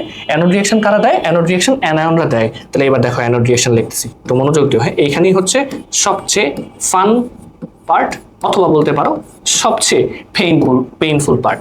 তুমি যদি এইটা বুঝো, যে কোনো কিছুর তড়িৎ বিশ্লেষণ তুমি পারবা। এখন তোমার অ্যানোড রিঅ্যাকশনে কারা যাবে? এখানে এখানে Cl মাইনাস আছে, OH মাইনাস আছে। দেখো, তাহলে আমি একটু লিখতেছি। ধরো এখানে তোমার Cl মাইনাসও আছে, এখানে তোমার OH মাইনাসও আছে। তাহলে এবার কারা যাবে বা কে যাবে? কারা যাবে তো না, কে যাবে? এখন তুমি বললা যে স্যার, এখানে অ্যানায়নের রাশি অনুসারে তো OH এর যাওয়ার কথা। হ্যাঁ, কারণ সবচেয়ে নিচে OH আছে। তাহলে তখনই তুমি ভুলটা করবা যে OH-টাকেই তুমি যদি অ্যানোডে পাঠাও, তাইলেই তোমার ভুলটা হবে। কারণ কি? কারণ হচ্ছে স্যার, এই যে দেখো, আমি একটু আগেই কিন্তু তোমাকে বলে দিছি যে ঘনমাত্রাটা অ্যানায়নের ক্ষেত্রে বেশি প্রযোজ্য। তার মানে তুমি ফার্স্টে সারি অনুসারে দেখলা OH এর যাওয়ার কথা। তোমার তড়িৎ রাসায়নিক সারি অনুসারে তুমি দেখলা OH মাইনাস অর্থাৎ হাইড্রক্সিল আয়নের কোথায় যাওয়ার কথা? অ্যানোডে যাওয়ার কথা। কিন্তু পরিমাণ বেশি কার? পরিমাণ বেশি হচ্ছে ক্লোরাইড আয়নের, মানে Cl মাইনাস আয়ন। তাহলে এই ক্লোরাইড আয়নটা পরবর্তীতে পরিমাণ বেশি থাকার কারণে সে কোথায় যাচ্ছে? অ্যানোডে যাচ্ছে। তার মানে তড়িৎ রাসায়নিক সারিটার প্রায়োরিটি অ্যানায়নের ক্ষেত্রে কি বেশি মানে প্রায়োরিটি পাইলো কিন্তু না। পাইলো কে? ঘনমাত্রা। দেখতে হবে ঘনমাত্রা। আর ঘনমাত্রার কথা না বলা থাকলে তো সারি একটা তোমার কাছে আছে। এটাই হচ্ছে তোমাকে ইম্পর্টেন্ট, বা বলতে পারো এটাই হচ্ছে তোমার গুরুত্ব দিতে হবে এই জায়গাতে। এই কনসেপ্টটা তুমি বুঝছো কিনা? আশা করি তুমি বুঝতে পারছো, কোনো সমস্যা নেই। হ্যাঁ, তাহলে এখানে তাহলে ঘনমাত্রা যেহেতু ক্লোরাইড আয়নের বেশি, অ্যানায়নের তড়িৎ রাসায়নিক সারিতে কি বলছে দেখার দরকার নেই, ঘনমাত্রা যার বেশি সেই যাবে। তাহলে এখানে তোমার কনসেপ্ট হবে হচ্ছে এই যে আগেরটার মতোই, ক্লোরাইড আয়ন একটা ইলেকট্রন ছেড়ে দিয়ে মুক্ত ক্লোরিনে পরিণত হবে। তাহলে এরকম দুইটা ক্লোরাইড আয়ন ক্লোরিন গ্যাস তৈরি করবে, তার সাথে দুইটা ইলেকট্রন পাবে। এটা হচ্ছে অ্যানোড রিঅ্যাকশন। কিন্তু দেখো ক্যাথোড রিঅ্যাকশন, এখন তুমি বলতে পারো ঠিক আছে, ক্লোরিনের ক্ষেত্রে ঘনমাত্রা দেখলেন, দেখো মজার ব্যাপারটা কি, ক্লোরিনের ক্ষেত্রে ঘনমাত্রা দেখলেন, এখন তাহলে স্যার তাহলে ওই হিসাবে তো সোডিয়ামের যাওয়ার কথা, তাই না? এই যে না, সোডিয়াম যাবে না। কেন যাবে না? কারণ দেখো সোডিয়াম বাবাজি আছে কোথায়? সোডিয়াম বাবাজি এখানে, আর H প্লাস কোথায়? এখানে। দেখো তো গ্যাপটা অনেক বেশি না? এদের মধ্যে বিজারণ বিভব এতটাই বেশি, এদের মধ্যে বিজারণ বিভবের মানটা এতটাই বেশি যে এদের ক্ষেত্রে ঘনমাত্রার কোনো কাজ নেই। মানে ঘনমাত্রা বেশি হলেও লাভ নেই, কোনো না কোনোভাবে হাইড্রোজেন চলে যায়, মানে H প্লাস চলে যায়। তার মানে তোমার কাছে তো এই যে এখানে কি আছে? Na প্লাসও আছে, আর এখানে কি আছে? H প্লাসও আছে, তাই না? H প্লাস আছে। তাহলে এখানে কে যাবে? এখানে হচ্ছে এই H প্লাসটা ক্যাথোডে যাবে, আর এই যে Cl মাইনাসটা অ্যানোডে যাবে। এটাই হচ্ছে এখানে রিঅ্যাকশন। তাহলে এই জন্যই আমি তোমাকে সংক্ষেপে এখানে বলে দিছি যে তুমি ক্যাটায়নের ক্ষেত্রে কি দেখবা? তড়িৎ রাসায়নিক সারি। ক্যাটায়নের ক্ষেত্রে তড়িৎ রাসায়নিক সারিতে যে সবচেয়ে নিচে থাকবে সেই যাবে। অ্যানায়নের ক্ষেত্রে যদি ঘনমাত্রার কথা বলা থাকে, অর্থাৎ দ্রবণে প্রশ্নে গাঢ় অথবা পাতলার কথা বলা থাকে, অথবা গাঢ় অথবা লঘুর কথা বলা থাকে, তাহলে কিন্তু তোমাকে ওই হিসাবে ঘনমাত্রা কার বেশি কার কম সেটা বুঝে অ্যানায়ন ট্রান্সফার করতে হবে। এই হচ্ছে এখানে কনসেপ্ট। আশা করি একদম ক্লিয়ার হয়ে গেছে। এখন তাহলে ক্যাথোড রিঅ্যাকশনে তোমার মনে হবে যে এখানে ক্যাথোড রিঅ্যাকশনে কে যাবে? ক্যাথোড রিঅ্যাকশনে যাবে কে? Sodium plus. ভুলেও এই কাজ করো না, এখানে কিন্তু ক্যাথোড রিঅ্যাকশনে হবে হাইড্রোজেন গ্যাস উৎপাদন হবে এখানে। তাহলে ক্যাথোড রিঅ্যাকশনটা এখানে যেটা দিবে সেটা হচ্ছে এই যে H প্লাস আয়ন কি করতেছে? একটা ইলেকট্রন নিচ্ছে, নিয়ে মুক্ত হাইড্রোজেনে পরিণত হইতেছে। তাহলে দুইটা H প্লাস আয়ন দুইটা ইলেকট্রন নিয়ে হাইড্রোজেন গ্যাসে পরিণত হচ্ছে। এই হচ্ছে এখানে রিঅ্যাকশন। আশা করি বুঝতে পারছো। তড়িৎ বিশ্লেষণে এগুলোই আসে। হয় তোমাকে গাঢ় মানে ঘনমাত্রা রিলেটেড প্রশ্ন দিবে, এইটাই আসার সম্ভাবনা সবচেয়ে বেশি। গাঢ় NaCl বলতে পারে, লঘু NaCl বলতে পারে, হোয়াট এভার ইট ইজ সেটাই হবে। ওই হিসাবে চিন্তা করে দিয়ে দিবা। আর যদি বলে গলিত, যদি বলে গলিত তাহলে মনে করো একদম ফ্রি মার্কস দিয়ে দিচ্ছে, সহজ, একটাই ক্যাটায়ন একটাই অ্যানায়ন, কোনো পানির কোনো H+ ও H- নাই, শেষ, তোমার প্যারাও নাই। ঠিক আছে, বুঝে গেলে কিন্তু আশা করি। আর যদি প্রবলেম হয় ক্লাসটা তুমি আবার রিওয়াইন্ড করে দেখো, বারবার দেখলে দেখবে একটা কথাটা মাথায় ঢুকে যাবে। আর আমি রিক্যাপ করতেছি না।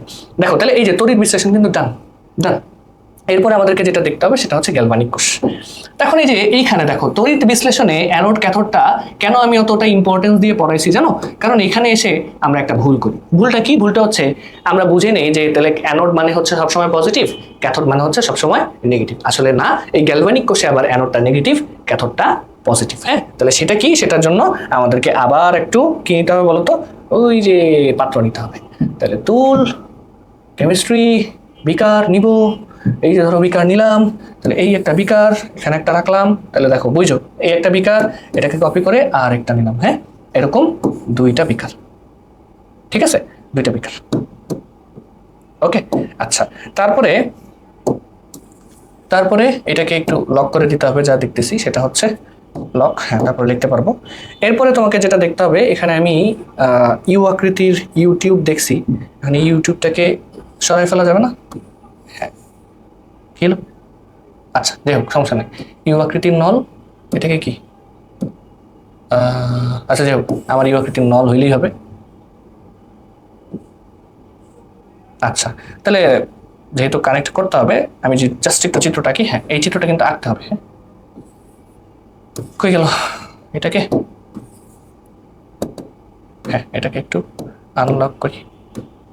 হ্যাঁ, এটাকে একটু কাছে আনি। হ্যাঁ, এবার হয়েছে, এই তো হয়ে গেছে, প্রায় চিত্র আঁকা ডান। এবার তোমাকে জাস্ট এটাকে লক করে দিই একটা। তাহলে এখন দেখো চিত্রটা অনেকটা এরকম। তাহলে তুমি দেখতেই পাচ্ছ এখানে দুইটা পাত্র থাকে। কয়টা পাত্র থাকে স্যার? দুইটা পাত্র থাকে। কয়টা পাত্র? দুইটা পাত্র। কালার কি ডিসাইড করা যায়? না, কালার ডিসাইড করার জন্য আচ্ছা থাক, ঠিক আছে। তাহলে কালার ডিসাইড করা যাচ্ছে না, আচ্ছা ঠিক আছে, সমস্যা নেই। তাহলে দুইটা পাত্র থাকে। তাহলে গ্যালভানিক কোষে কি হয়? আমরা পড়ছি যে গ্যালভানিক কোষে বেসিক্যালি তোমার এখানে বিক্রিয়ার মাধ্যমে বিদ্যুৎ শক্তি উৎপাদন করা হয়, তাই না? তাহলে এখানে দুইটা পাত্র নেওয়া হয়, দুইটা পাত্রে দুইটা দ্রবণ নেওয়া হয়, দুইটা পাত্রে দুইটা দ্রবণ নেওয়া হয়। এখন তুমি যে কোনো দ্রবণ ইউজ করতে পারো, যে কোনো দ্রবণ। হ্যাঁ, তাহলে আমি আপাতত ধরে নিচ্ছি, আমি আপাতত তোমাদের বইয়ে তো একটা আছে, বইয়ে হয়তো বা কপার আর জিঙ্ক এটা দেওয়া আছে, আমি ওই দুইটা বাদে যে কোনো একটা ধরে নিচ্ছি। যেমন ধরো আমি এখানে আয়রন ধরলাম আর হচ্ছে সোডিয়াম ধরলাম। ঠিক আছে, আয়রন ধরলাম আর সোডিয়াম ধরলাম। তাহলে ধরো আমি এই যে সলিউশনটা দেখতেছো, এই যে প্রথম সলিউশনটা, এখানে আমি সোডিয়ামের সোডিয়ামের সোডিয়ামের একটা দ্রবণ নিছি, NaCl নিছি, NaCl এর দ্রবণ নিছি। কি নিছি এখানে? NaCl দ্রবণ। ঠিক আছে, ওয়েট, NaCl দ্রবণ, এখানে আমি NaCl দ্রবণ নিছি। আচ্ছা, আর এখানে কি নিছি?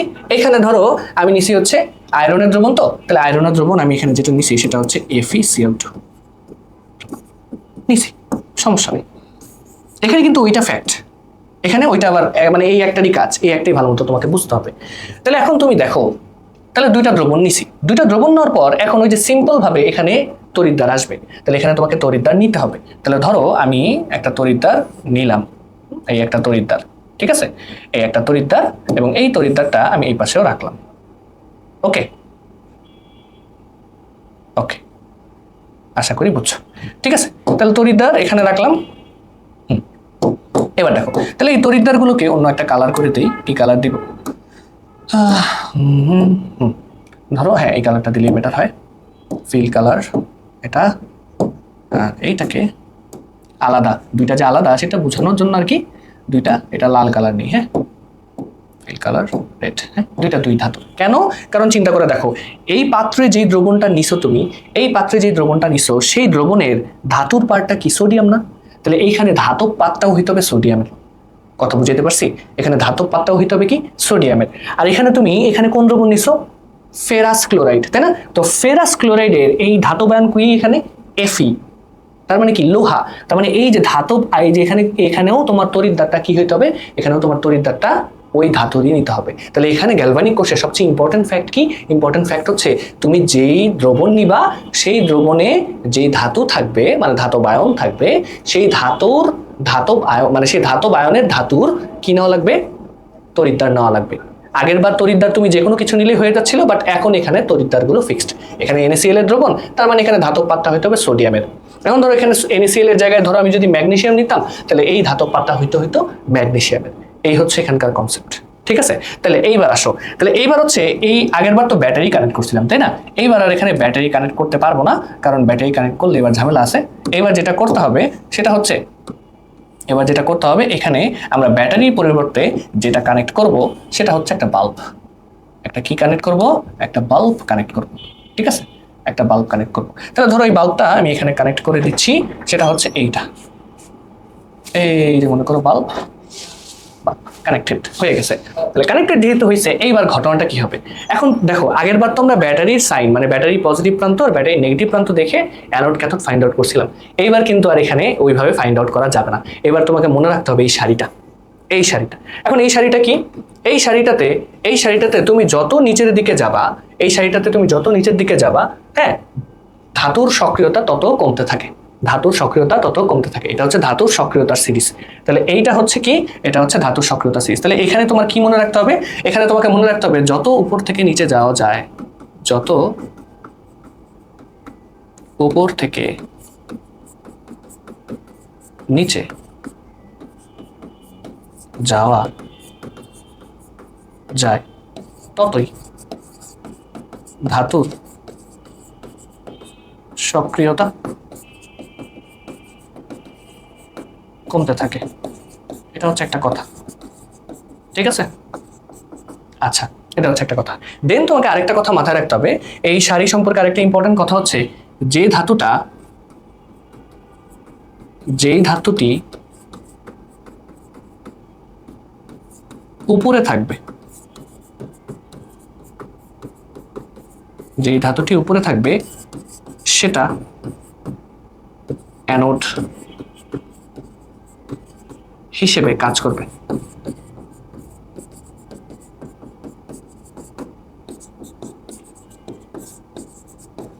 ঠিক আছে, তাহলে যেই ধাতুটি এখানে উপরে থাকবে, তাহলে এবার তুমি চিন্তা করো, আমি সোডিয়াম ক্লোরাইডের দ্রবণ নিছি, আর কি নিছি, আয়রন, ফেরাস ক্লোরাইডের দ্রবণ নিছি। তাহলে এবার তুমি চিন্তা করে দেখো সোডিয়াম উপরে নাকি আয়রন উপরে, তুমি চিন্তা করে দেখো সোডিয়াম উপরে না, সোডিয়াম উপরে। তাহলে তুমি সোডিয়াম যদি উপরে হয়, তাহলে তুমি এই যে এটা কি, এটা সোডিয়ামের পাত না, এটা কিন্তু সোডিয়ামের পাত। যদি এটা সোডিয়ামের পাত হয়, তাহলে তুমি খুব সুন্দরভাবে বলে ফেলতে পারবা যে এইখানে এই ধাতব পাতটা কি হিসেবে কাজ করবে, এইখানে এইটা অ্যানোড হিসেবে কাজ করবে, এটা অ্যানোড হিসেবে কাজ করবে, ঠিক আছে।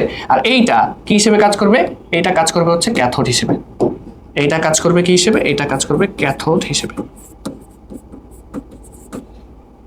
তাহলে অ্যানোড ক্যাথোড ফাইন্ড আউট করার জন্য তোমাকে এটা মনে রাখতে হবে যে কে উপরে কে নিচে, কোন ধাতুটা উপরে থাকবে, যে ধাতুটা উপরে থাকবে সেটাই হবে কি অ্যানোড, যেটা নিচে থাকবে সেটা হবে ক্যাথোড, ঠিক আছে।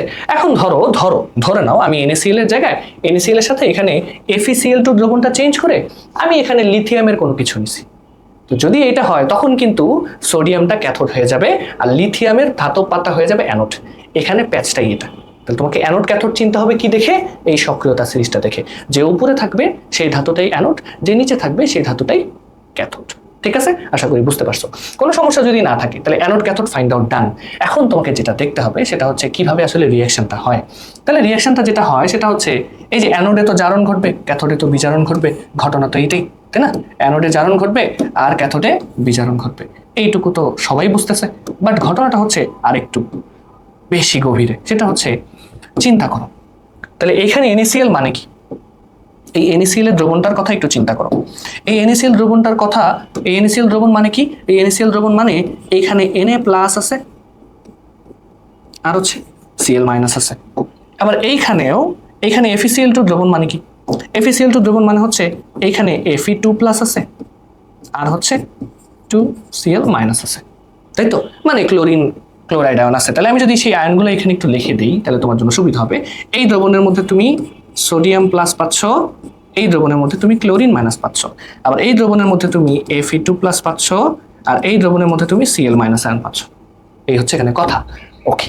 তাহলে এখন ঘটনাটা যেটা ঘটে, অ্যানোডে তো জারণ ঘটবে, তাই না, অ্যানোডে জারণ ঘটবে। তো মাথায় রাখবা এখানে অ্যানোড জারণ ঘটে কিভাবে, অ্যানোডে এই যে ধাতব পাতটা, হ্যাঁ, এই যে ধাতব পাত, হ্যাঁ, এই যে ধাতব পাত যেটা, এই যে এটা, তাহলে এটা যেহেতু সোডিয়াম ক্লোরাইডের, তার মানে এইখানে এই যে ধাতব পাত, তাহলে এখানে ঘটনাটা কি ঘটে সেটা আমি লিখে দিচ্ছি, হ্যাঁ, যে ধাতব পাত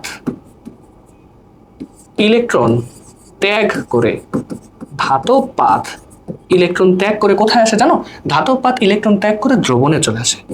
ধাতব পাত ইলেকট্রন ত্যাগ করে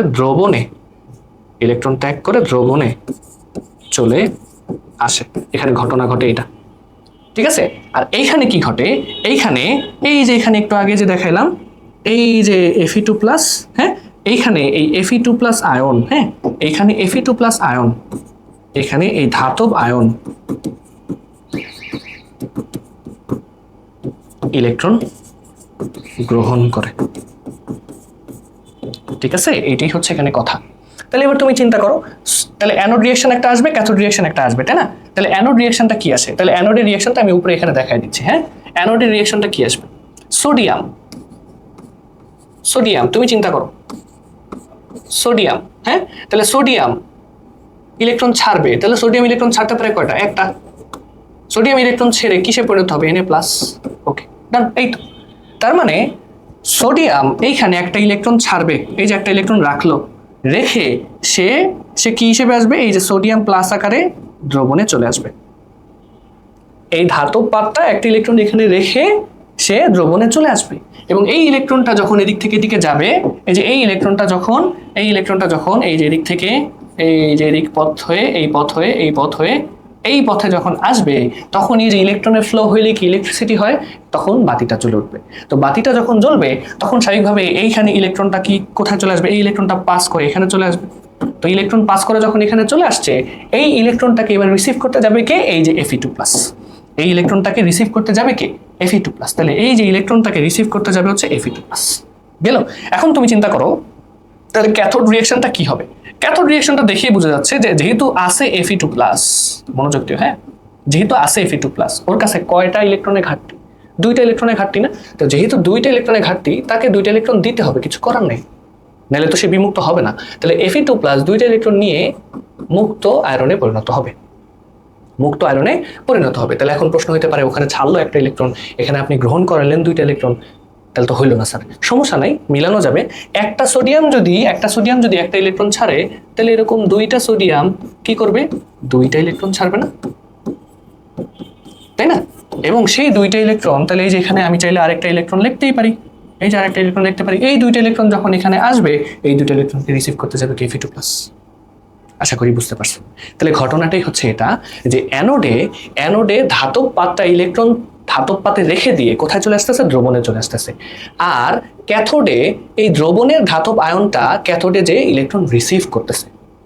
তাহলে এখানে একটা ঘটনা ঘটে। এর সাথে সাথে আরেকটা জিনিসও বুঝতে পারার কথা, এবং সেটা হচ্ছে যে এই যে বারবার যে ইলেকট্রন ছেড়ে দিয়ে সে দ্রবণে চলে আসতেছে, তাহলে এখানে অ্যানোডটা ক্ষয়প্রাপ্ত হয়, কারণ অ্যানোডের ধাতব আয়নটা কোথায় চলে আসতেছে? দ্রবণে চলে আসতেছে। তো সেই কারণে এই যে গ্যালভানিক কোষে অ্যানোড ক্ষয়প্রাপ্ত হয়। গ্যালভানিক কোষে অ্যানোড সবসময় কি হয়? ক্ষয়প্রাপ্ত হয়। আর গ্যালভানিক কোষে ক্যাথোড সবসময় কি হয়? ক্যাথোড সবসময় ভারী হয়। ক্যাথোড সবসময় কি হয় স্যার?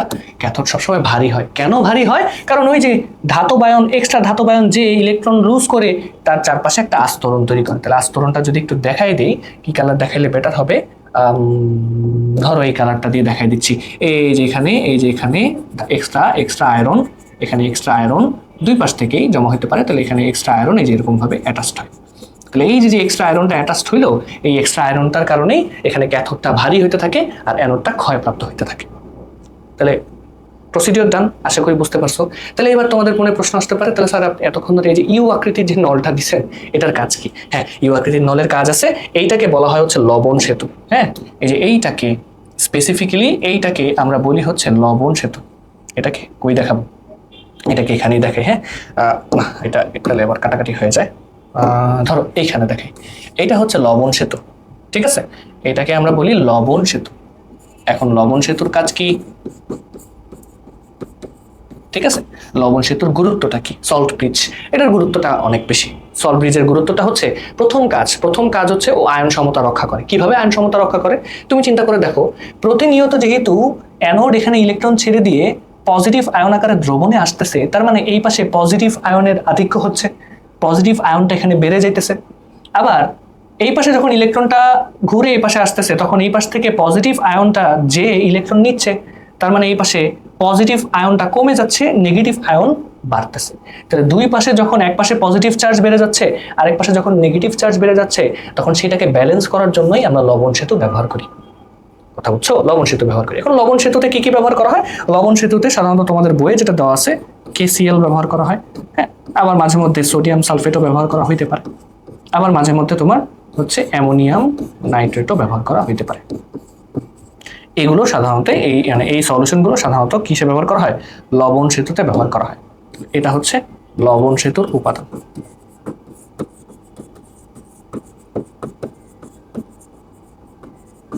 এটা হচ্ছে লবণ সেতুর উপাদান, ঠিক আছে? তো এটা যদি হয় লবণ সেতুর উপাদান, তাহলে এখন তোমাকে দেখতে হবে সেটা কি, যে এখানে লবণ সেতু, তাহলে ধরো আমি পটাশিয়াম প্লাস আর ক্লোরিন মাইনাস রাখলাম। তাহলে এইখানে দেখো, এইখানে হচ্ছে পটাশিয়াম প্লাস, ধরো পটাশিয়াম প্লাসটা আমি এই পাশে রাখলাম, এটা পটাশিয়াম প্লাস আর এই যে ক্লোরিন মাইনাস। তো কি হইতেছে, এই পাশে যেহেতু পজিটিভ চার্জ বেড়ে যাচ্ছে, সেই পজিটিভ চার্জটাকে নালিফাই করার জন্য এই পাশ থেকে নেগেটিভ চার্জ কি হয়, নেগেটিভ চার্জ যায়। আর এই পাশে যেহেতু নেগেটিভ চার্জটা বেশি হয়ে যাচ্ছে, তাহলে নেগেটিভ চার্জটাকে নালিফাই করার জন্য এই পাশে পজিটিভ চার্জ যায়। এই হচ্ছে এখানে কথা। গ্যালভানিক কোষটা হচ্ছে এইটি, যে গ্যালভানিক কোষে অ্যানোডটা, তাহলে দেখো এই যে গ্যালভানিক কোষে অ্যানোডটা কিন্তু নেগেটিভ, কারণ অ্যানোডে ইলেকট্রন কি পাওয়া যাচ্ছে, এখানে ইলেকট্রন ছাড়া হইতেছে। তাহলে এই কারণে গ্যালভানিক কোষে অ্যানোডটা নেগেটিভ। তাহলে গ্যালভানিক কোষে অ্যানোডটা নেগেটিভ, ঋণাত্মক প্রান্তযুক্ত। কি কালার দিয়ে দেখাই দিব? সব কালারটি ইউজ করছি, এই কালারটা দিয়ে দেখাই দিই।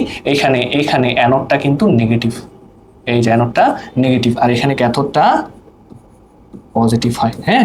এটা একটু মাথায় রেখো। তাহলে এখানে তোমরা দুইটা পার্থক্য দেখলা, গ্যালভানিক কোষে অ্যানোড নেগেটিভ, ক্যাথোড পজিটিভ। তড়িৎ বিশ্লেষণ কোষে বা তড়িৎ বিশ্লেষ্য কোষে অ্যানোড পজিটিভ, ক্যাথোড নেগেটিভ, ঠিক আছে।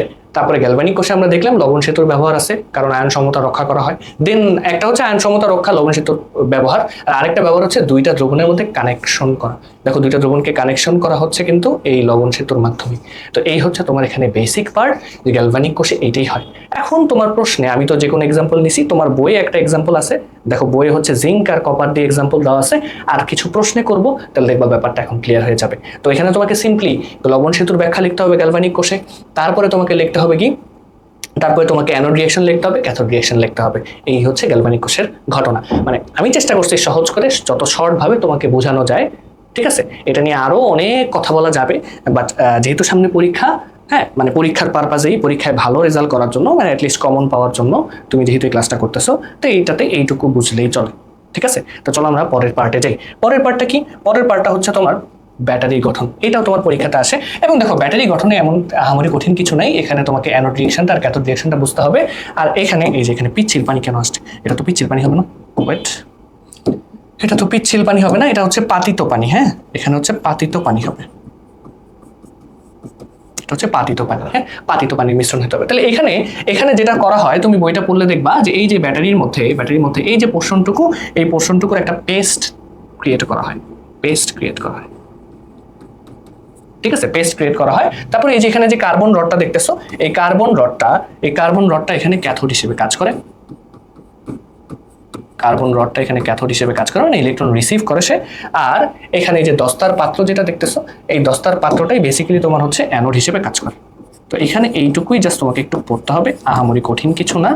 তাহলে এখন এখানে তোমাকে জাস্ট মাথায় রাখতে হবে দুইটা রিঅ্যাকশন, একটা হচ্ছে অ্যানোড রিঅ্যাকশন আর একটা হচ্ছে ক্যাথোড রিঅ্যাকশন। তাহলে এটা হচ্ছে অ্যানোড রিঅ্যাকশন,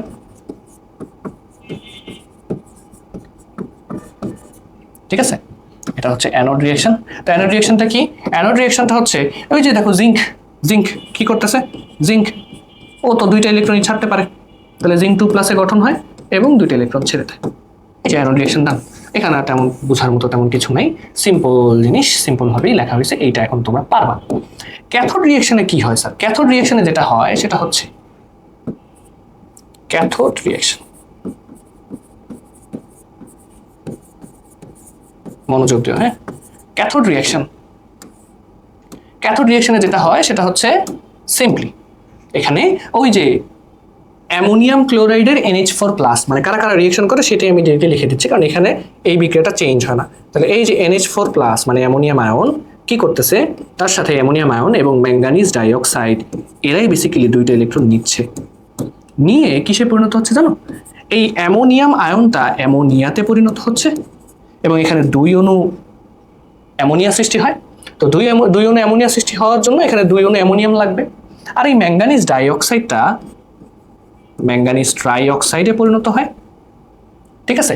তার সাথে এখানে অক্সিজেন গ্যাস তৈরি হয়, অক্সিজেন গ্যাস না সরি পানি তৈরি হয়, ঠিক আছে। যেহেতু এখানে ম্যাঙ্গানিজ দুইটা, সেহেতু এখানে আর একটা কি আসবে, দুই আসবে। এই হচ্ছে তোমার রিয়েকশন। এখানে আহামরি তেমন কিছু নেই, এটা চিত্রটা এঁকে দিবা, চিত্র এঁকে দিয়ে এই দুইটা রিয়েকশন লিখতে পারলেই এখানে 4 মার্কস। আহামরি কঠিন কিছু না। সবচেয়ে ইম্পর্টেন্ট পার্ট ছিল তড়িৎ বিশ্লেষণ আর গ্যালভানিক কোষ। আমি ওখানেই বেশি সময় ব্যয় করছি যাতে তোমরা একদম ঠান্ডা মাথায় বুঝতে পারো। হ্যাঁ, এইবার চলো আমরা সিকিউ এমসিকিউ প্র্যাকটিস করি। দেখো যে প্রথম সৃজনশীল এরকম, দেখো সৃজনশীলের দুইটা দৃশ্যকল্প আছে, একটা দৃশ্যকল্প এইখানে, একটা দৃশ্যকল্প এইখানে, ঠিক আছে। আর আরেকটা দৃশ্যকল্প দেখতেই পাচ্ছ এইখানে। তাহলে এই যে দুইটা দৃশ্যকল্প দেওয়া, এই দুইটা দৃশ্যকল্পের মধ্যে তোমাকে ওই যে প্রথমে রিয়াকশন দিয়ে দিছে, তোমাকে দেখো বন্ধন শক্তিগুলো দিয়ে দিছে। আচ্ছা, এরপরে তোমাকে দৃশ্যকল্প 2 দেখো, যেহেতু লবণ সেতু পটাশিয়াম প্লাস ক্লোরিন মাইনাস দেখতেই পারতেছো। আবার এখানে দেখো দুইটা ধাতব পাত ইউজ করছে, একটা হচ্ছে লেড আর একটা হচ্ছে জিঙ্ক। হ্যাঁ, দেন হচ্ছে দেখো জিঙ্কের দ্রবণ আর হচ্ছে লেডের দ্রবণ নিচে। তার মানে এটা বুঝে যাচ্ছে এটা হচ্ছে গ্যালভানিক কোষ। এটা কি কোষ? গ্যালভানিক কোষ। যদি এটা হয় তাহলে তোমাকে প্রশ্ন বলছে যে সিওডি এর পূর্ণরূপ কি। এখন সিওডি এর পূর্ণরূপ, এটা চ্যাপ্টার 9 এর প্রশ্ন। সিওডি মানে হচ্ছে কেমিক্যাল অক্সিজেন ডিমান্ড, এটা হচ্ছে বিশুদ্ধ পানির মানদণ্ড, মানে পানিতে সিওডি এর পরিমাণ, কেমিক্যাল অক্সিজেন ডিমান্ড, পানিতে অক্সিজেনের পরিমাণের উপরে ডিপেন্ড করে পানির মানদণ্ড কিন্তু ডিসাইড করা হয়, সেটা হচ্ছে এটা। তো সিওডি এর পূর্ণরূপ জিজ্ঞেস করছে। সকল খনিজ আকরিক নয়, এটা চ্যাপ্টার 10 এর কোয়েশ্চেন। সকল খনিজ আকরিক নয় মানে কি? সকল খনিজ থেকে তুমি কম খরচে ধাতু আলাদা করতে পারবা না। তোমার কিছু স্পেসিফিক খনিজে আছে যেখান থেকে তুমি কম খরচে ধাতু আলাদা করতে পারবা বা ধাতু নিষ্কাশন করতে পারবা, সেই সকল খনিজকে তুমি আকরিক বলতেছো। তো এই কারণে এখানে বলছে যে সকল খনিজ আকরিক নয়, এটা হচ্ছে এটার ব্যাখ্যা।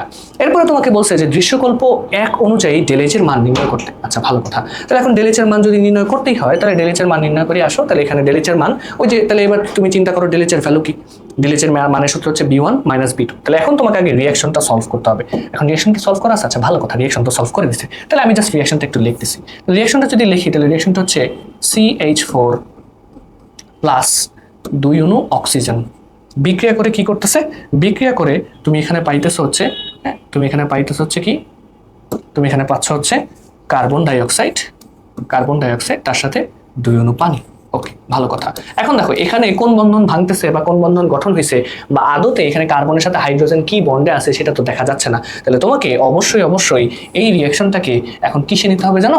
এই রিঅ্যাকশনটাকে গাঠনিক ফর্মে নিতে হবে। তাহলে প্রথম কথা যে এই যে রিঅ্যাকশনটা লিখবা, লেখার পর আমি সলিউশন লিখে দিচ্ছি, এটা হচ্ছে তোমার সলিউশন। তাহলে এই সলিউশনে তোমার প্রথম কাজ হচ্ছে রিঅ্যাকশনটা লেখা। লেখার পরে তোমার এখানে আরেকটা কথা লিখতে হবে যে বিক্রিয়াটি গাঠনিক রূপে লিখে পাই। বিক্রিয়াটির কি গাঠনিক রূপ, এটা না লিখলে কিন্তু তুমি কিছুই বুঝবা না।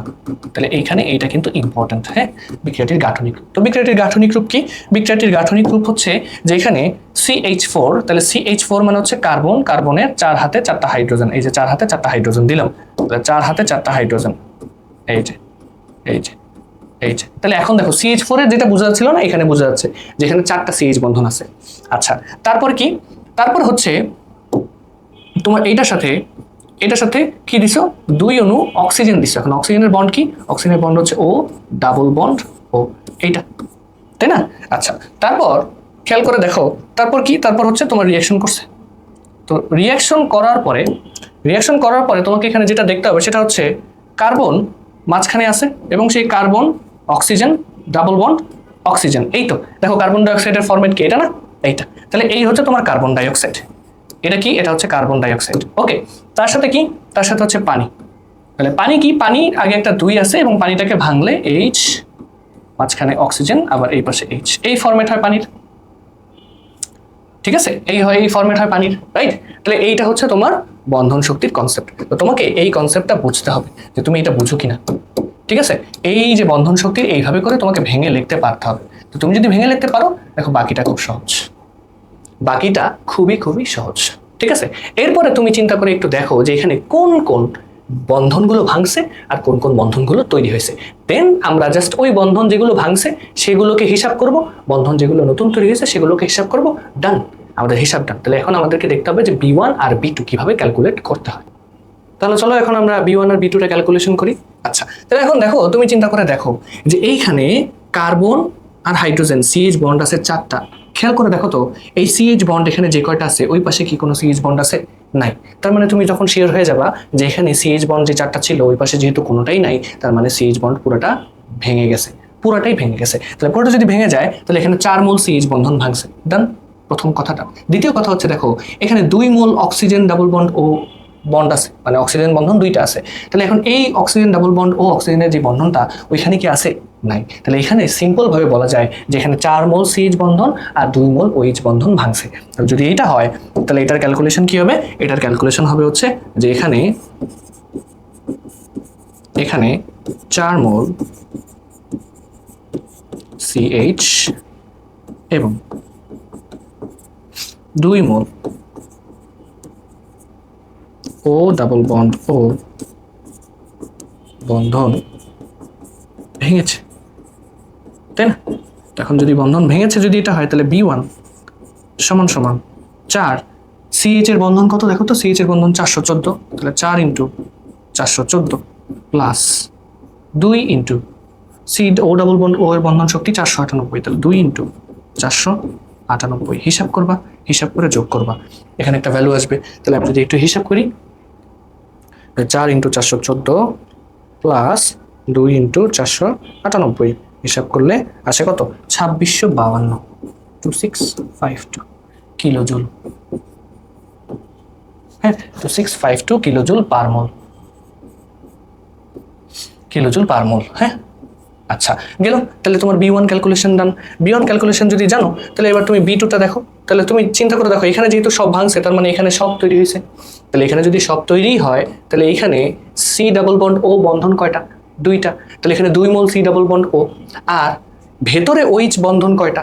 4টা। দেখো এই যে ওইচ এখানে একটা, ওইচ এখানে একটা, তাহলে 4 মোল কি তৈরি হয়েছে বলো তো? 4 মোল ওইচ বন্ধন এখানে তৈরি হয়েছে। তাহলে এখানে তোমার কথাটাও তেমন হবে যে যে 2 মোল সি ডাবল বন্ড ও এবং 4 মোল OH বন্ধন তৈরি করেছে। যদি এটা হয় তাহলে তোমার B2 কত? B2 সমান সমান তাহলে এবার 2 মোল সি ডাবল বন্ড ও, তাহলে 2 ইন্টু সি ডাবল বন্ড ও এর বন্ধন কত? 724, তাহলে 2 ইন্টু 724 প্লাস, হ্যাঁ প্লাস এখানে 4 মোল OH, তাহলে 4 ইন্টু OH এরটা কত? OH এর বোধহয় 431 না 464, 464 যেটা থাকবে সেটাই ইউজ করবা। তাহলে এইখানে এখন হিসাব করতে হবে।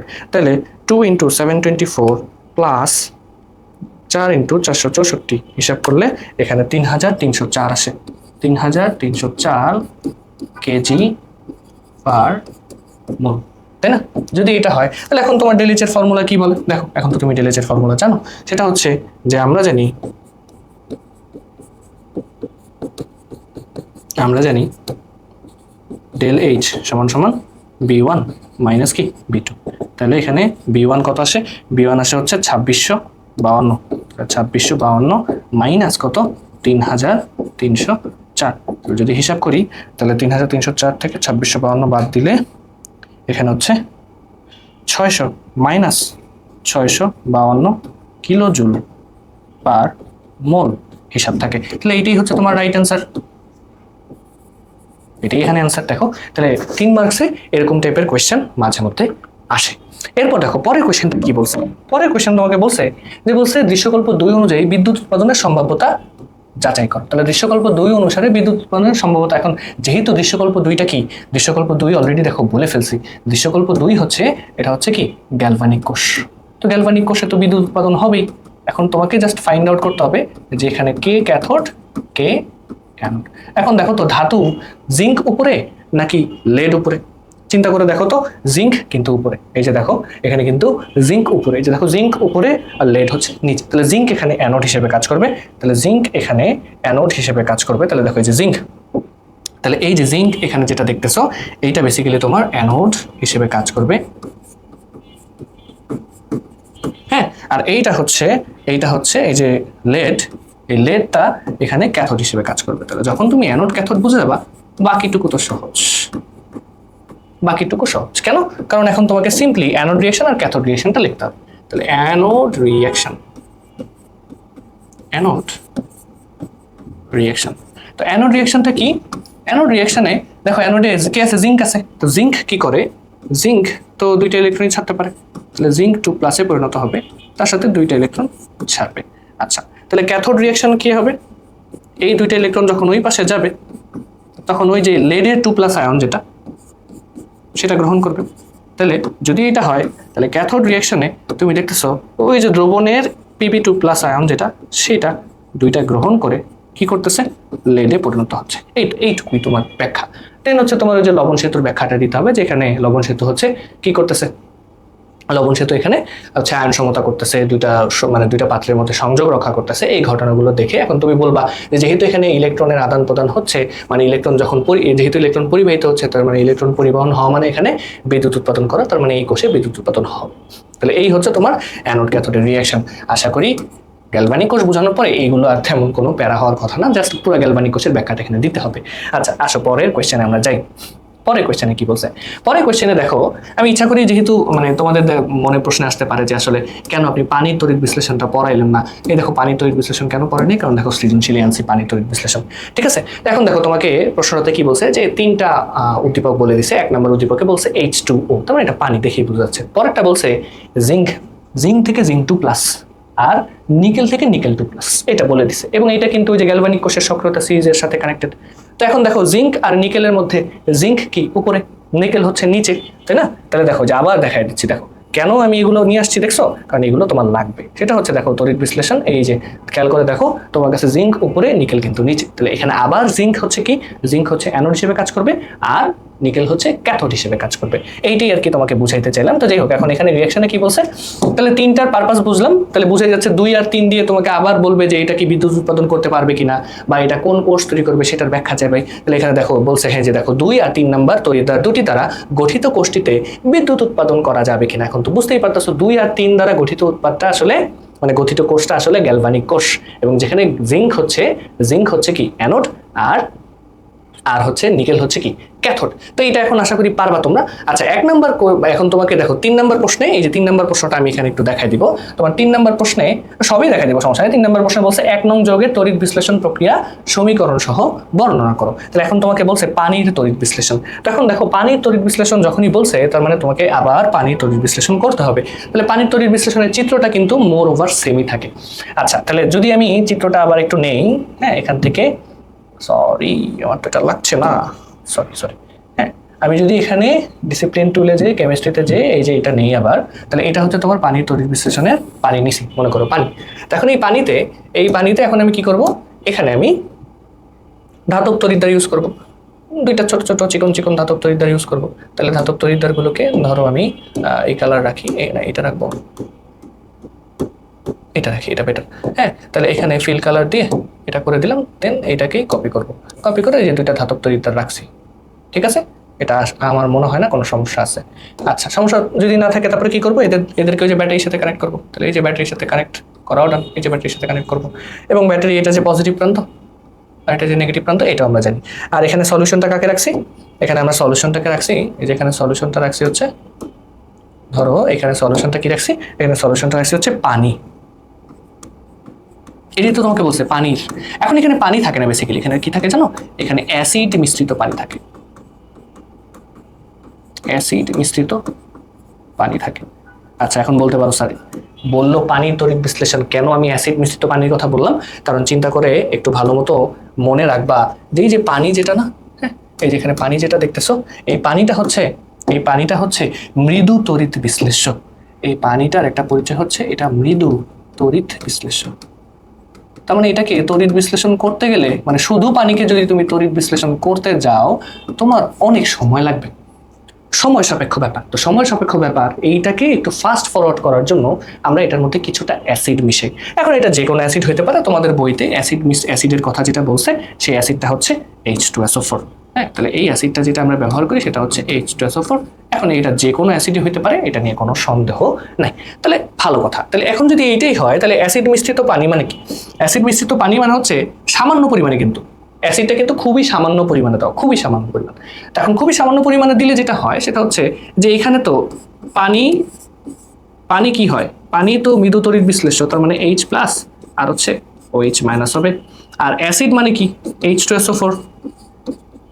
তাহলে এই অ্যাসিড এখানে 2H+ দিবে, আর হচ্ছে সালফেট, মাইনাস আয়ন দিবে। তাহলে এখন তুমি চিন্তা করে দেখো, ক্যাটায়ন সেম না, তাহলে মানে ক্যাটায়ন সেম মানে হচ্ছে ক্যাথোড বিক্রিয়াতে কি হবে সেটা বুঝতে পারতেছো, হাইড্রোজেন গ্যাস হবে। আচ্ছা, অ্যানোডের মধ্যে এখন তোমার প্রশ্ন হতে পারে হাইড্রক্সিল যাবে নাকি সালফেট আয়ন যাবে। এখন তাহলে ওই যে তার আগেই ওই যে সেই জন্যই কিন্তু বলছি যে এই যে অ্যাসিডটা, এই যে অ্যাসিডের কথা যেটা আমি বললাম, এই অ্যাসিডটা কিন্তু সামান্য পরিমাণে মিশ্রিত করা হয়, সামান্য পরিমাণ। তো সামান্য পরিমাণ মানে কি, পানির পরিমাণে বেশি। তাহলে যেহেতু সামান্য পরিমাণ, তার মানে আমি শিওর এখানে সালফেট আয়নের ঘনমাত্রাটা কম। যেহেতু সামান্য পরিমাণ, তার মানে এটার ঘনমাত্রা কম। তাহলে ঘনমাত্রা যদি কম হয় তাহলে অ্যানায়ন হিসেবে কে যাবে? অ্যানায়ন হিসেবে সারি অনুসারে OH মাইনাসই যাবে, হাইড্রক্সিলই যাবে। তাহলে এখন সিম্পলি এখানে তোমার বাকি থাকলো অ্যানোড রিঅ্যাকশন আর ক্যাথোড রিঅ্যাকশন, তাই না? তাহলে অ্যানোড রিঅ্যাকশন আর ক্যাথোড রিঅ্যাকশনটা যদি দেখি, তাহলে অ্যানোড রিঅ্যাকশনটা কি হয়? পানির তড়িৎ বিশ্লেষণে অ্যানোড রিঅ্যাকশন কি হয় সেটা যদি একটু দেখি। অ্যানোড রিঅ্যাকশন যেটা হয় সেটা হচ্ছে, চিন্তা করে দেখো, অ্যানোডে তো OH মাইনাস যাচ্ছে, তাহলে এই OH মাইনাস সে, তার কাছে একটা ইলেকট্রনই তো বেশি আছে, সে একটা ইলেকট্রন ছেড়ে দেয়। এটা নিয়ে কোনো সমস্যা নেই, একটা ইলেকট্রন ছেড়ে দেয়।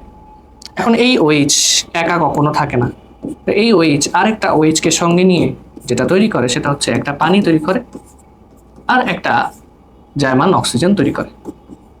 ঠিক আছে, জায়মান অক্সিজেন তৈরি করে। তো জায়মান অক্সিজেন তো আবার একা থাকে না, তাহলে জায়মান অক্সিজেন কি করে? আরেকটা জায়মান অক্সিজেনের সাথে রিঅ্যাকশন করে অক্সিজেন গ্যাস গঠন করে। এখন চিন্তা করে দেখো, জায়মান অক্সিজেন তো আমার এখানে একটা, বাট আমি এখানে ইউজ করছি কয়টা? দুইটা। তাহলে তো এটা তো হয় না। তাহলে চিন্তা করে দেখো, দুইটা OH মিলে যদি একটা জায়মান অক্সিজেন তৈরি করে, তাহলে দুইটা জায়মান অক্সিজেন তৈরি করতে কয়টা OH লাগবে? হিসাব করে বলো, 4টা OH লাগবে না? তাহলে তুমি এখানে কি দুইটা করে নিতে পারো? দুইটা 4টা OH। আচ্ছা, দুইটা 4টা OH নিলে, দুইটা OH মিলে যদি একটা পানি গঠন করে, তাহলে 4টা OH মিলে দুইটা পানি গঠন করবে। তাহলে এখানে একটা 2 আসবে আর এখানে একটা 2 আসবে। পরবর্তীতে দুইটা জায়মান অক্সিজেন, এই যে অক্সিজেন তৈরি করছে, এটা ডান। 4টা OH যদি এখানে হয়, তাহলে এখানেও 4 OH থাকতে হবে আর এখানেও 4 OH থাকতে হবে। একটা OH মাইনাস যদি একটা ইলেকট্রন ছাড়ে, তাহলে 4টা OH মাইনাস 4টা ইলেকট্রন ছাড়বে, শেষ, ডান, হিসাব শেষ। যদি হিসাব শেষ হয়, আমি তো 3 লাইনে বিক্রিয়া করলাম, তোমাদের বইতে এই বিক্রিয়াটি 1 লাইনে দেওয়া আছে। কিভাবে সেটা দেখো। এই যে 4OH মাইনাস কি করলো? 4টা ইলেকট্রন ছাড়লো, তাহলে 4টা ইলেকট্রন ছাড়ছে, ছেড়ে কয়টা পানি গঠন করছে? 2টা পানি, এই যে 2টা পানি গঠন করছে। আচ্ছা, কয়টা অক্সিজেন গঠন করছে? একটা অক্সিজেন, এই যে একটা অক্সিজেন গঠন করছে। তোমাদের বইতে এইটা দেওয়া আছে, তুমি যেইটা খুশি সেটা দিতে পারো, সমস্যা নাই, একটা দিলেই হবে। তোমার যদি ভালো লাগে তুমি এটা দিবা, তোমার যদি মনে থাকে তাহলে তুমি এটা দাও। ঠিক আছে, আশা করি বুঝতে পারছো। অ্যানোড রিঅ্যাকশন ডান। অ্যানোড রিঅ্যাকশন যদি ডান হয়, তাহলে এবার আসো ক্যাথোড রিঅ্যাকশনে। ক্যাথোড রিঅ্যাকশনে কি হইতেছে? ক্যাথোড রিঅ্যাকশনে তোমার যেটা হচ্ছে সেটা হচ্ছে যে হাইড্রোজেন যাবে, তাই না? 4টা ইলেকট্রন ত্যাগ হয়েছে, তাহলে H প্লাস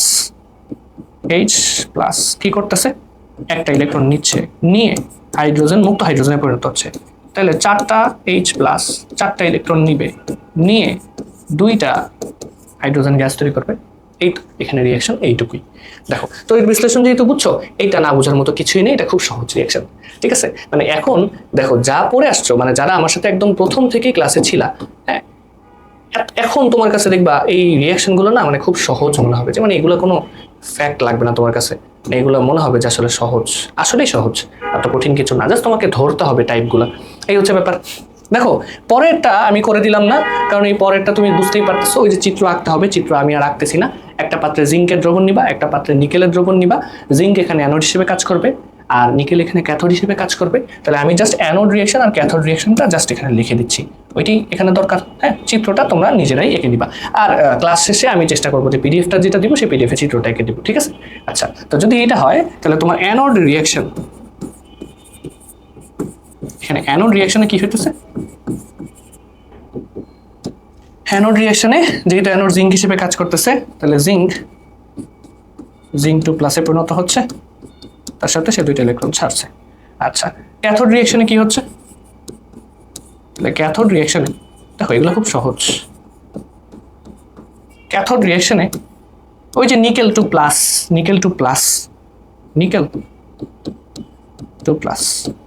2টা ইলেকট্রন নিচ্ছে, নিয়ে মুক্ত নিকেলে পরিণত হচ্ছে, এইটাই। এখানে তো তেমন কিছু নয়, চিত্র এঁকে তোমাকে বিশ্লেষণ করতে বলছে, চিত্রটা এঁকে দিবা জাস্ট, আর এই দুটা রিয়াকশন বলে দিবা, আর লবণ সেতুর ব্যাখ্যাটা দিয়ে দিবা। এই হচ্ছে গ্যালভানিক কোষের চিত্র, ঠিক আছে, গ্যালভানিক কোষের সলিউশন। আচ্ছা, পরের সৃজনশীলে আসি। তো পরের সৃজনশীলে বলছে দশম শ্রেণীর একজন শিক্ষার্থী অ্যাসিড মিশ্রিত পানির মধ্যে দিয়ে তড়িৎ চালনা করবে। এখন তুমি বলো, এই যে দেখো আরেকটা, এখন এই যে অ্যাসিড মিশ্রিত পানির মধ্যে যখন তড়িৎ বিশ্লেষণ করছে, তাহলে তো তুমি এখন শিওর হয়ে গেছো যে এটা হচ্ছে পানির তড়িৎ বিশ্লেষণ, এটা হচ্ছে পানির তড়িৎ বিশ্লেষণ। এটা যদি হয় পানির তড়িৎ বিশ্লেষণ, এবার বলছে এক দল অপর এক দল দস্তা, তো দস্তা মানে তো জিঙ্ক, দস্তা মানে তো জিঙ্ক, আর কি, আর হচ্ছে তামা, তামা মানে তো কপার, তাই না, একবারে বইয়েরটাই দিয়ে দিছে। এই যে কপার, তড়িৎদ্বার এবং প্রয়োজনীয় উপকরণ ব্যবহার করে তড়িৎ উৎপন্ন করলো। এই যে যখনই বলছে তড়িৎ উৎপাদন করলো, তার মানে এইটা কি আবার গ্যালভানিক কোষ, তাই না, এটা আবার গ্যালভানিক কোষ। তাহলে আবার তোমাকে চিত্র আঁকতে হবে।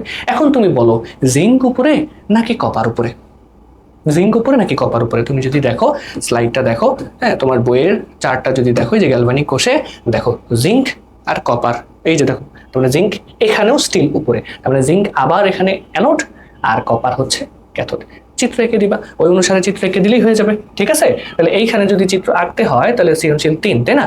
তাহলে দেখো তোমাকে বলছে প্রথম পরীক্ষাটি বিক্রিয়া সহ ব্যাখ্যা করো। তাহলে এটা কি পানির তড়িৎ বিশ্লেষণ, এটা আমি করাই দিচ্ছি না, হুবহু তোমরা নিজেরা প্র্যাকটিস করো, এটা সেলফ প্র্যাকটিস, তুমি এটা প্র্যাকটিস করো, কারণ এইটাই আমি একটু আগে করাই দিছি, এবার তুমি নিজে প্র্যাকটিস করো, ঠিক আছে।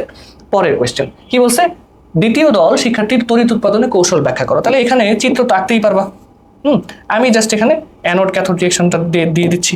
তাহলে অ্যানোড রিয়াকশনে কি হচ্ছে, আমার লিখতে লিখতে এখন তোমাদের পেরে যাওয়ার কথা।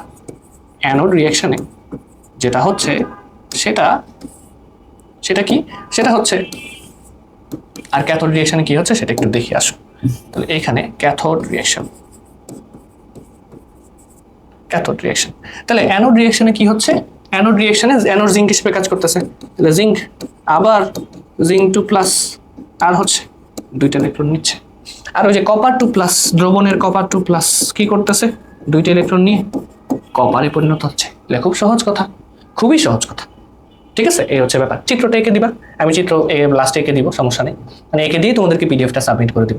তারপর দেখো চিত্র 4 কি বলছে, চিত্রটা তোমরা নিজেরা একটু প্র্যাকটিস করো। এই চিত্র 4টা বার দেখো ডেলিচের একটা আলাদা পার্টের মধ্যে পড়ে। তোমাকে প্রথমে বিক্রিয়াটা বলে দিছে যে CH4 + Cl2 CH2Cl HCl, আচ্ছা ভালো কথা, ডেলিচ -99 কিলোজুল পার মোল, ওকে। আর পরে কোশ্চেনটা বলে দিছে যে C2H2, তার মানে ইথাইন, এটার সাথে ক্লোরিন অ্যাড করছে, ক্লোরিন অ্যাড করার কারণে C2H2 যেমন ছিল তেমনই আছে, জাস্ট দুই হাতে দুইটা, হ্যাঁ আচ্ছা ঠিক আছে, 4টা ক্লোরিন অ্যাড হয়েছে, আচ্ছা ভালো কথা, ওকে ওকে, সমস্যা নেই। তোমাকে বন্ধন শক্তি দিয়ে দিছে, তোমাকে বলছে নিউক্লিয়ার ফিশন বিক্রিয়া কি। এখন তুমি চিন্তা করে দেখো, নিউক্লিয়ার ফিশন বিক্রিয়া তো অলরেডি বলে ফেলছি, যে যেই বিক্রিয়ায় বড় নিউক্লিয়াস ভেঙে ছোট ছোট নিউক্লিয়াসে পরিণত হয় সেটাকে নিউক্লিয়ার ফিশন বিক্রিয়া বলে। তারপরে কি বলছে, কপার সালফেট শক্তিশালী তড়িৎ বিশ্লেষ্য কেন, কারণ কপার সালফেট পানিতে পুরোপুরি সম্পূর্ণরূপে বিয়োজিত হয় এবং এটা একটা আয়নিক লবণ, এই কারণে কপার সালফেট তীব্র তড়িৎ বিশ্লেষ্য। আচ্ছা দেখো, গ নম্বর প্রশ্নটা ইম্পর্টেন্ট, এরকম প্রশ্ন যে কোনোটাতেই আসতে পারে। তো এইটা এক তো তোমাকে ডেলিচের ম্যাথ হিসাব করতে বলতে পারে, নাহলে তোমাকে এই যে এইটা হিসাব করতে বলতে পারে, এরকম কিছু ম্যাথ, যে তোমাকে দেখো ডেলিচের ভ্যালু দিয়ে দিছে, ডেলিচের ভ্যালু দিয়ে তোমাকে জিজ্ঞেস করছে এইটার বন্ধন শক্তি কত। আচ্ছা ভালো কথা, চলো আমরা একটু দেখি যে CCl এর বন্ধন শক্তিটা কত। তাহলে চিত্রটা ধরো এখানে, তাহলে তোমাকে বিক্রিয়াটা আগে লিখতে হবে। তাহলে বিক্রিয়াটা যদি লিখি, তাহলে বিক্রিয়াটা কি আসে, তাহলে আগে বিক্রিয়াটা যদি লিখি, বিক্রিয়া সেটা হচ্ছে CH4, সেটার সাথে ক্লোরিন অ্যাড করলে তুমি এখানে যেটা পাবা সেটা হচ্ছে CH3Cl প্লাস হচ্ছে HCl, ওকে। এটা যদি গাঠনিক রূপ দেখাই, তাহলে গাঠনিক রূপ দেখাইলে এটা কেমন হয়, এই যে CH4টাকে এই যে এরকম ভাবে গাঠনিক রূপটা দেখাই দেই, hydrogen hydrogen hydrogen hydrogen plus chlorine মানে হচ্ছে Cl, এখানে তীর চিহ্ন দিব। কার্বনের 4 হাত, এখনো 4 হাত আছে, 4 হাতে 4টার হাইড্রোজেনের জায়গায় এবার আছে 3টা হাইড্রোজেন, 1 হাতে ক্লোরিন গেছে, ভালো কথা। আর এই পাশে HCl মানে হচ্ছে HCl। এখন তুমি চিন্তা করে দেখো, এই পাশে 4টা CH বন্ড ছিল, ওই পাশে 3টা CH বন্ড আছে, তার মানে বন্ড ভাঙছে একটা, তার মানে একটা CH বন্ড ভাঙছে। আর Cl বন্ড Cl বন্ড এখানে ছিল, বাট এখানে Cl বন্ড নাই, তার মানে Cl বন্ড এটাও ভেঙে গেছে, তার মানে এখানে বন্ড ভাঙছে হচ্ছে 2টা। তাহলে এখানে তোমার বন্ড ভাঙছে হচ্ছে কয়টা, বন্ড ভাঙছে হচ্ছে 2টা, বন্ড ভাঙছে 2টা। তাহলে এখানে তুমি যেভাবে লিখবা যে এখানে 1 মোল CH এবং 1 মোল কি ভাঙতেছে, Cl বন্ধন ভাঙতেছে, Cl বন্ধন ভাঙছে। তো যদি এটা ভাঙে তাহলে ঘটনা কি হয়, ঘটনা হয় হচ্ছে তোমাকে B1 ক্যালকুলেশন করতে হবে। তাহলে B1 ক্যালকুলেশন করো, তাহলে তোমাকে আসলে B1 যেহেতু 1 মোল ভাঙতেছে, CH বন্ধনের শক্তি হচ্ছে 414 আর Cl খুব সম্ভবত 244। Cl কই 244, তাহলে এই দুটো যোগ করো, দুটো যোগ করলে কত আসে, এই দুটো যোগ করলে হচ্ছে 414 প্লাস 2 4 4 658 আসতেছে। তার মানে তুমি B1 ক্যালকুলেশন পেয়ে গেছো 658 কিলোজুল পার মোল পেয়ে গেল, তাই না? এখন তোমাকে যেটা করতে হবে সেটা হচ্ছে যে তোমাকে তো কি নির্ণয় করতে হবে, CCl এর বন্ড নির্ণয় করতে হবে। তাহলে তুমি সুন্দর মতো ধরে নাও যে ধরি CCl এর বন্ধন শক্তি কত, x কিলোজুল পার মোল। এটা তো ধরে নেওয়াই যায়, তো ধরে নিলে এখন সেই হিসেবে ম্যাথ করবা, কারণ এখানে তো এইটাই তৈরি হয়েছে। তাহলে তোমাকে তখন লিখতে হবে যে এই বিক্রিয়াতে এখানে কি 1 মোল CCl এবং 1 মোল HCl বন্ড তৈরি হয়েছে, 1 মোল HCl বন্ধন তৈরি হয়েছে। যদি এটা হয় তাহলে তোমাকে এখন এখানে B2 ক্যালকুলেট করতে হবে। তাহলে B2 তোমার CaCl বন্ড যেহেতু গঠন হয়েছে, এটা তো যেহেতু জানো না, তাহলে তুমি এটাকে x ধরবা। আর এইখানে HCl এর বন্ধন জানো, HCl এর বন্ধন কত, 431। তাহলে HCl এর বন্ধন হচ্ছে 431 কিলোজুল পার মোল। তাহলে এখানে 431 রাখলা, তাই তো, এটা রেখে দিলা। তাহলে এখন তোমার সূত্র কি জানি, তুমি সূত্র জানো, সূত্র কি বলো? সূত্র হচ্ছে তুমি লিখবা, আমরা জানি del H সমান সমান কি B1 মাইনাস B2। তো এখন মান বসাই দিবা ডিরেক্ট। যদি মান বসায় দাও, del H এর ভ্যালু হচ্ছে -99 আর এইটার ভ্যালু হচ্ছে B1 এর ভ্যালু হচ্ছে 658, 658 আর এটা হচ্ছে মাইনাস, তো মাইনাসের এখানে আবার এইটা x প্লাস 431 যদি তুমি রাখো, তাহলে এইটা মানে একটু ইকুয়েশন দেখাই দিচ্ছি আর কি। তাহলে এখানে -99 থাকলো, এখানে 658 থাকলো, এখানে থাকলো -x আর এখানে থাকলো হচ্ছে -431। তাহলে ঘটনা হচ্ছে -99 থাকলো আর এখানে হচ্ছে 658 থেকে 431 বাদ দিয়ে দাও, 431 বাদ দিয়ে দিলে থাকে হচ্ছে 227 না, হ্যাঁ 227, তাহলে 227 আর এখান থেকে হচ্ছে -x। তাহলে এখন দেখো তোমার লাগবে কার মান, x এর মান। তাহলে x এর মানটা তুমি এই পাশে নিয়ে আসো। তাহলে সুতরাং x is equals to 227 plus 99 kilojoule, which is তোমার অ্যান্সার এখানে। তাহলে এটার সাথে 99 যোগ করে দাও, 326। এই যে দেখো 326 কিলোজুল পার মোল, এইটাই হচ্ছে তোমার অ্যান্সার। ঠিক আছে, তো এরকম ভাবে তোমাকে এটাও কোয়েশ্চেন করতে পারে, তো তোমরা এইটা একটু দেখে ফেলবা। তো যে কোনো বন্ড এনার্জি তোমাকে ক্যালকুলেশন করতে বলতে পারে, তো যেভাবে আসবে সেভাবে করে ফেলবা। ঠিক আছে, এরপরে দেখো সৃজনশীল 4-এ কি বলছে। আচ্ছা, সৃজনশীল 4ই তো করতেছি। তো সৃজনশীল 4-এ দেখো এরপরে বলছে যে উদ্দীপকের 2 নম্বর বিক্রিয়াটি তাপ উৎপাদী নাকি তাপ হারি। এই যে দেখো একদম প্রথমে বলছি যে একটা বিক্রিয়া তাপ উৎপাদী নাকি তাপ হারি বোঝার জন্য তোমাকে del H ক্যালকুলেশন করতে হবে। তো del H ক্যালকুলেশন করে যদি সেটা আসে তাপ উৎপাদী, তাহলে তাপ উৎপাদী, তাপ হারি আসলে তাপ হারি। তাহলে আমি বিক্রিয়াটা খুব সুন্দর মতো তোমাকে গাঠনিক ফর্মগুলো বলে দিচ্ছি, del H এর ভ্যালুটা তোমাদের পারা উচিত। তাহলে দেখো 2 নম্বর বিক্রিয়াটা তুমি যদি সলভ করো, তাহলে 2 নম্বর বিক্রিয়াটা সলভ করলে তোমার এখানে আসে হচ্ছে C2H2 প্লাস হচ্ছে ক্লোরিন তো 4টা লাগছে, তাই না? তাহলে ক্লোরিন যদি 4টা লাগে তাহলে এখানে 2Cl2 লাগবে এবং দেন এখানে তুমি পাবা C2H2Cl4। এটা পাইছো, ওকে, সমস্যা নাই। এটার গাঠনিক ফর্মটা যদি লেখো, তাহলে গাঠনিক ফর্ম দেখলে ব্যাপারটা ক্লিয়ার হবে। C2H2 মানে হচ্ছে এখানে কার্বন কার্বনের 3টা বন্ড এবং তার সাথে হাইড্রোজেন আছে এইভাবে, আর এই পাশে আছে হচ্ছে হাইড্রোজেন, তাই না? তো এইটার সাথে যখন তুমি ক্লোরিন দিছো, 2টা ক্লোরিন Cl মাইনাস Cl দিছো, এরপরে তোমার বিক্রিয়া করে তুমি এইখানে কিন্তু ডিফারেন্ট পাবা। কেন? কারণ এইবার এইখানে এই কার্বন আর এই কার্বনের মধ্যে সিঙ্গেল বন্ড সিঙ্গেল বন্ড যদি হয় তাহলে এই কার্বনের এই যে 3টা হাত, জৈব যৌগের মনে আছে হয়তো এই কার্বনের 3টা হাত, তাহলে যদি 3টা হাত হয় এখানে যদি তুমি হাইড্রোজেন গুলো দাও, তোমার এখানে হাইড্রোজেন আছে 2টা, তাহলে 2 কার্বনে 2টা হাইড্রোজেন দিয়ে দাও, আর এই যে দেখো ক্লোরিন 4টা চলে আসলো। ঠিক আছে, এই হচ্ছে তোমার এখানে ব্যাপার। তাহলে এখন যদি এটা ব্যাপার হয় তাহলে তুমি দেখো গাঠনিক রূপটা দেখে কিন্তু বলে দিতে পারতেছো যে আসলে কোন বন্ধন ভাঙছে কোন বন্ধন তৈরি হয়েছে। তাহলে যদি এইটাই হয় তাহলে এখন দেখো জাস্ট আমি একটু ইলংগেশন করে দিই। সেটা হচ্ছে দেখো তো এখানে CH বন্ড কয়টা আছে? 2টা। C triple bond C bond কয়টা আছে? একটা। এখানে C ট্রিপল বন্ড C আছে, এখানে কি C ট্রিপল বন্ড C আছে? নাই, নাই কিন্তু। তাহলে এখানে C ট্রিপল বন্ড C বন্ধন ভাঙছে। আবার খেয়াল করে দেখো এখানে CH বন্ড 2টা আছে, এখানেও CH বন্ড 2টা আছে, তার মানে CH বন্ডের কোনো হিসাব এখানে করা লাগবে না। ঠিক আছে, তার মানে 1 মোল C ট্রিপল বন্ড C বন্ধন ভাঙছে। আর এখানে Cl বন্ড যা ছিল 2 মোল সেটাও ভেঙে গেছে, যেটা এখানে প্রেজেন্ট নাই। তাহলে ঘটনা কি হলো দেখো, হিসাব কিন্তু তোমার বুঝে যাওয়ার কথা। তাহলে এখানে তুমি এখন লিখবা এখানে 1 মোল C ট্রিপল বন্ড C এবং 1 মোল কি ভাঙতেছে বলো তো? 1 মোল 1 মোল না 2 মোল Cl বন্ড Cl বন্ধন ভেঙেছে, বন্ধন ভেঙেছে। যদি এটা হয় তাহলে B1টা ক্যালকুলেশন করো। তাহলে B1 ক্যালকুলেশন করলে 1 মোল C ট্রিপল বন্ড C এর বন্ধন কত? 1 মোল C ট্রিপল বন্ড C 812। তাহলে 812 সাথে তোমার 2 মোল Cl বন্ড 244, তার মানে 2 × 244 ক্যালকুলেশন করো। ক্যালকুলেশন করলে 2 × 244 প্লাস হচ্ছে 812, এখানে পাচ্ছ 1300, এখানে পাচ্ছ হচ্ছে কত? 1300 কিলো জুল পার মোল। এই তো। তাহলে এরপরে তোমাকে কি করতে হবে? এরপরে তোমাকে দেখতে হবে যে কে কে তৈরি হয়েছে। তাহলে বলো কে কে তৈরি হয়েছে, এখন তো তোমাদের বোঝা উচিত। তাহলে দেখো তৈরি হয়েছে কে? তৈরি হয়েছে হচ্ছে যে 1 মোল C সিঙ্গেল বন্ড C বন্ধন তৈরি হয়েছে, আর 1টা 2টা 3টা 4টা 4 মোল CCl বন্ড তৈরি হয়েছে, তাই না? তাহলে এখানে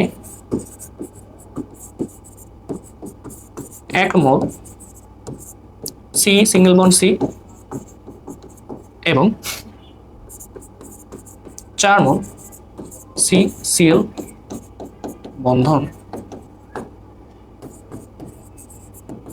তৈরি হয়েছে।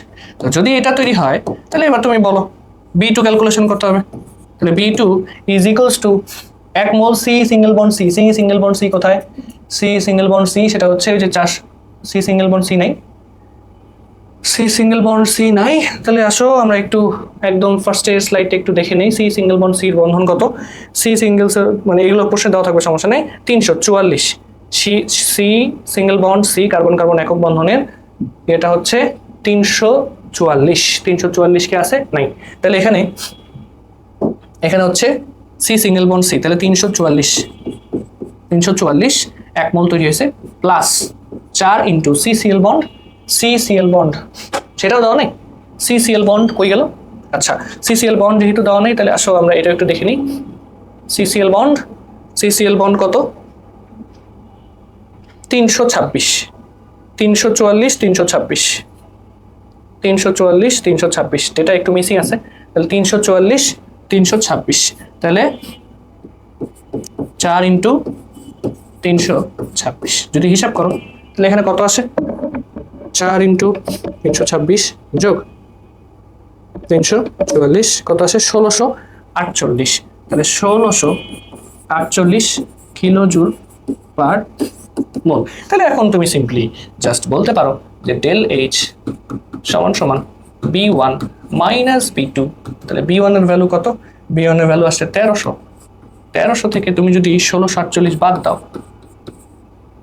1648 যদি বাদ দাও তাহলে কত আসে? কত আসে বলো? 348 আসে। তাহলে 348 কিলো জুল পার হ্যাঁ, এই হচ্ছে তোমার এখানে হিসাব। তাহলে আশা করি তুমি 4 নাম্বার প্রশ্নটাও পারছো। বললাম প্র্যাকটিস করতে, করাই দিলাম। যাও। আচ্ছা, তারপরে দেখো 5 নাম্বার সৃজনশীল। এইটা খুব সহজ কথা। দেখো তোমাকে এই পোর্শনটুকু আমার আর করানো লাগবে না। তোমাকে বলছে আমরা বিভিন্ন ধরনের ব্যাটারি ডেইলি ব্যবহার করি, সেখানে তোমার শুষ্ক কোষের কথা বলা আছে। তো এই শুষ্ক কোষ দেখে আবার ভয় পেয়ে যাও না। এটা হচ্ছে তোমার ওই যে বাসাবাড়ির যে দৈনন্দিন লাইফে আমরা যে ব্যাটারি ব্যবহার করি সেটার আরেকটা নাম হচ্ছে ড্রাই সেল বা পেন্সিল ব্যাটারিও বলতে পারো। ওই ড্রাই সেলের কথাই বলছে। পারদ কোষ, আমরা পারদ কোষও ব্যবহার করি, আমরা লেড সঞ্চয়ী কোষও ব্যবহার করি। আমরা জানি যে এখন ফোনে কিন্তু লেডের ব্যাটারি ইউজ করা হয় এবং এটা খুব পাওয়ারফুল একটা ব্যাটারি, লিথিয়াম ব্যাটারিও ইউজ করা হয়। তার মানে এই কোষগুলো আমরা ডেইলি ব্যবহার করি, এই ব্যাটারিগুলো ব্যবহার করি। আমার বলছে লবণ সেতু কি, ওই যে লবণ সেতু সংজ্ঞাটা দিয়ে দিবা। বলছে পুনর্প্রক্রিয়াজাতকৃত ধাতু কি। আচ্ছা, পুনর্প্রক্রিয়াজাতকৃত ধাতু মানে হচ্ছে রিসাইকেলকৃত ধাতু। আমরা জানি, এটা যদিও চ্যাপ্টার 10 থেকে আসছে, আমরা জানি যে আমাদের এই ধাতুগুলো মানে পৃথিবীতে তো ধাতুর ভান্ডার তো আর অসীম না, তাই না? এখন এই অসীম ধাতুর ভান্ডার যদি হইতো তাহলে মনে করো আমার কোনো কিছু রিসাইকেল না করলেও চলতো। বাট ধাতু তো দামি, যাই হোক, কম হোক বেশি হোক, দামি তো। তো এইটাকে ব্যবহার করতে তোমার যদি বারবার এক্সট্রাক্ট করতে হয়, বারবার নতুন করে প্রডিউস করা লাগে, তাহলে মানে অসুবিধা। এই কারণে আমরা আমাদের ব্যবহারকৃত ধাতুগুলোকে চাইলে রিসাইকেল করে অন্য কাজে ব্যবহার করতে পারি। সেটাই এখানে বলছে পুনর্প্রক্রিয়াজাতকৃত ধাতুর কথা। আশা করি তুমি বুঝতে পারছো। খ নাম্বার। এরপরে দেখো গতে কি বলছে। গত বলছে উদ্দীপকের 1 নম্বর কোষে কিভাবে ইলেকট্রনের স্থানান্তর ঘটে। তো ড্রাই সেলে কিভাবে ইলেকট্রনের স্থানান্তর ঘটে এটা অলরেডি তোমাকে পড়ানো হয়ে গেছে। ওই যে ড্রাই সেলের চিত্রটা এঁকে দিবা এবং অ্যানোড ক্যাথোড রিঅ্যাকশনটা লিখে দিবা। এটা তেমন কিছু না, এটা আশা করি তোমরা পারবা। এরপরে বলছে উদ্দীপকের কোষগুলোর পরিবেশ ও স্থানের উপর প্রভাব আলোচনা করো। এখন তুমি চিন্তা করে দেখো উদ্দীপকের কোষগুলোর স্থানের মানে উদ্দীপকের কোষগুলোর পরিবেশের উপরে আসলে কিসের প্রভাব। তুমি চিন্তা করে দেখো, ড্রাই সেল বলো, তারপর হচ্ছে পারদ কোষ বলো, লেড, লিথিয়াম, এগুলো কিন্তু ভারী ধাতু, এগুলো হচ্ছে ভারী ধাতু। তো এই ভারী ধাতুগুলো আমরা কিন্তু সাধারণত জানি যে ভারী ধাতুগুলো যখন পরিবেশে বেশি পরিমাণে হয়ে যায় তখন পরিবেশ দূষণ হয়। আর পরিবেশ দূষণ হইলে সেখান থেকে ওই পরিবেশে যেই মানুষজন বা যেই প্রাণী বা উদ্ভিদ বলো সব কিছুই কিন্তু এটা দ্বারা এফেক্টেড হয়। এখন যখন এফেক্টেড হবে, মানুষের ক্ষেত্রে একটা কথা বলি, মানুষ কিন্তু এই যে ভারী ধাতুগুলো যদি মানুষের শরীরের মধ্যে প্রবেশ করে সামহাও, কোনোভাবে, যে কোনোভাবেই হতে পারে, সেটা যদি প্রবেশ করে তাহলে কিন্তু আমাদের ক্যান্সার রোগ হইতে পারে। ক্যান্সার সৃষ্টির জন্য ভারী ধাতু কিন্তু একটা খুব ভালো কারণ। তো এটা আমরা জানি না, মানে মনের মানে অনেক কিছুই তো জানি না। তো এই নলেজটা সবারই থাকা উচিত যে ভারী ধাতু কিন্তু আমাদের শরীরের জন্য একেবারেই ভালো না। আর পরিবেশ দূষণ বলতেই ভারী ধাতু ধরো বিভিন্ন উদ্ভিদকে মেরে ফেলতেছে, প্রাণীর জন্য তো এটা ক্ষতিকর। আবার দেখো মানে প্রাণী বলতে মাছ, পানিতে যদি ভারী ধাতুগুলো যায় এবং এগুলো যদি পানির বিভিন্ন উপাদানের সাথে মিশ্রিত হয় এবং সেখানে মাছ যদি থাকে, সেই মাছের দেহের মধ্যে মানে মাছের প্রোটিন, মাছ তো একটা ভালো প্রোটিনের উৎস, সেই মাছের প্রোটিনে যদি এগুলো ঢুকে যায় তাহলে সেই মাছ খেলে দেখো যে ওই ঘুরে ফিরে মানুষের শরীরের মধ্যেই এই ভারী ধাতুটা ঢুকতেছে। তো এটা অবশ্যই আমাদের পরিবেশের জন্য তো ভালো নাই, পরিবেশ দূষণ তো হইতেছেই। তার পাশাপাশি পরিবেশ দূষণ বলতে মাটি দূষণ, হ্যাঁ, পানি দূষণ মেইনলি হচ্ছে, বায়ু দূষণ অতটা হয় না। তো এগুলো তো হচ্ছেই, তার সাথে সাথে পরিবেশে বসবাসকৃত নানান ধরনের উদ্ভিদ, প্রাণী, এদের সবারই আসলে এগুলো এরা মানে উদ্ভিদে বসবাসকৃত উদ্ভিদ মানে কি বলি পরিবেশে বসবাসকৃত উদ্ভিদ আর প্রাণী যারাই আছে তারা কিন্তু এই ব্যাটারিগুলোর দ্বারা কিছু নেগেটিভ ইম্প্যাক্টও তাদের উপর পড়তেছে। তো এই কথাগুলো আর কি লিখে দিবা, এই কথাগুলো লিখলেই ফুল মার্কস। তো এই ছিল হচ্ছে তোমাদের মানে এই যে এইটা তো বুঝতেই পারতো, এটা একদম করাই ফেলছি। এই যে দেখো এটাই করাইছি, দেখো এই যে তোমাদের ড্রাই সেল কই গেল, ড্রাই সেল, এই যে ড্রাই সেল ব্যাটারি গঠনের এই যে চিত্র, এখানে এটা চিত্র এঁকে দিবা, চিত্র এঁকে দিয়ে জাস্ট এই রিঅ্যাকশন লিখে দিবা, ওইটাই অ্যান্সার। আর ব্যাখ্যাটা কি লিখতে হবে সেটা তো বলেই দিলাম। তো এই ছিল তোমাদের আজকের কি বলে চ্যাপ্টার 8-এর সিকিউ অ্যানালাইসিস। আশা করছি এই চ্যাপ্টার 8-এর সিকিউ অ্যানালাইসিস এই ক্লাসটা করলে মানে শুধুই 5টা সৃজনশীল না, যে কোনো সৃজনশীল আসলেই তুমি পারবা। এখন সেটা তুমি তখনই পারবা যখন হচ্ছে তুমি আমার ক্লাসটা একদম প্রথম থেকে পার্ট বাই পার্ট করে আসবা। কারণ আমি সারসংক্ষেপ পড়াইনি, সারসংক্ষেপেই পুরো চ্যাপ্টারটা একটা ছোট্ট রিভিউ দিছি। ওই ছোট্ট রিভিউটা তোমাকে এই চ্যাপ্টারে যে কোনো সিকিউ সলভ করতে সাহায্য করবে। আশা করি ক্লাসটা ভালো লাগতেছে, এবং ক্লাস ভালো লাগলে লাইক শেয়ার অবশ্যই করবা। সবার সাথে দেখা হবে পরবর্তী কোনো ক্লাসে। আসসালামু আলাইকুম।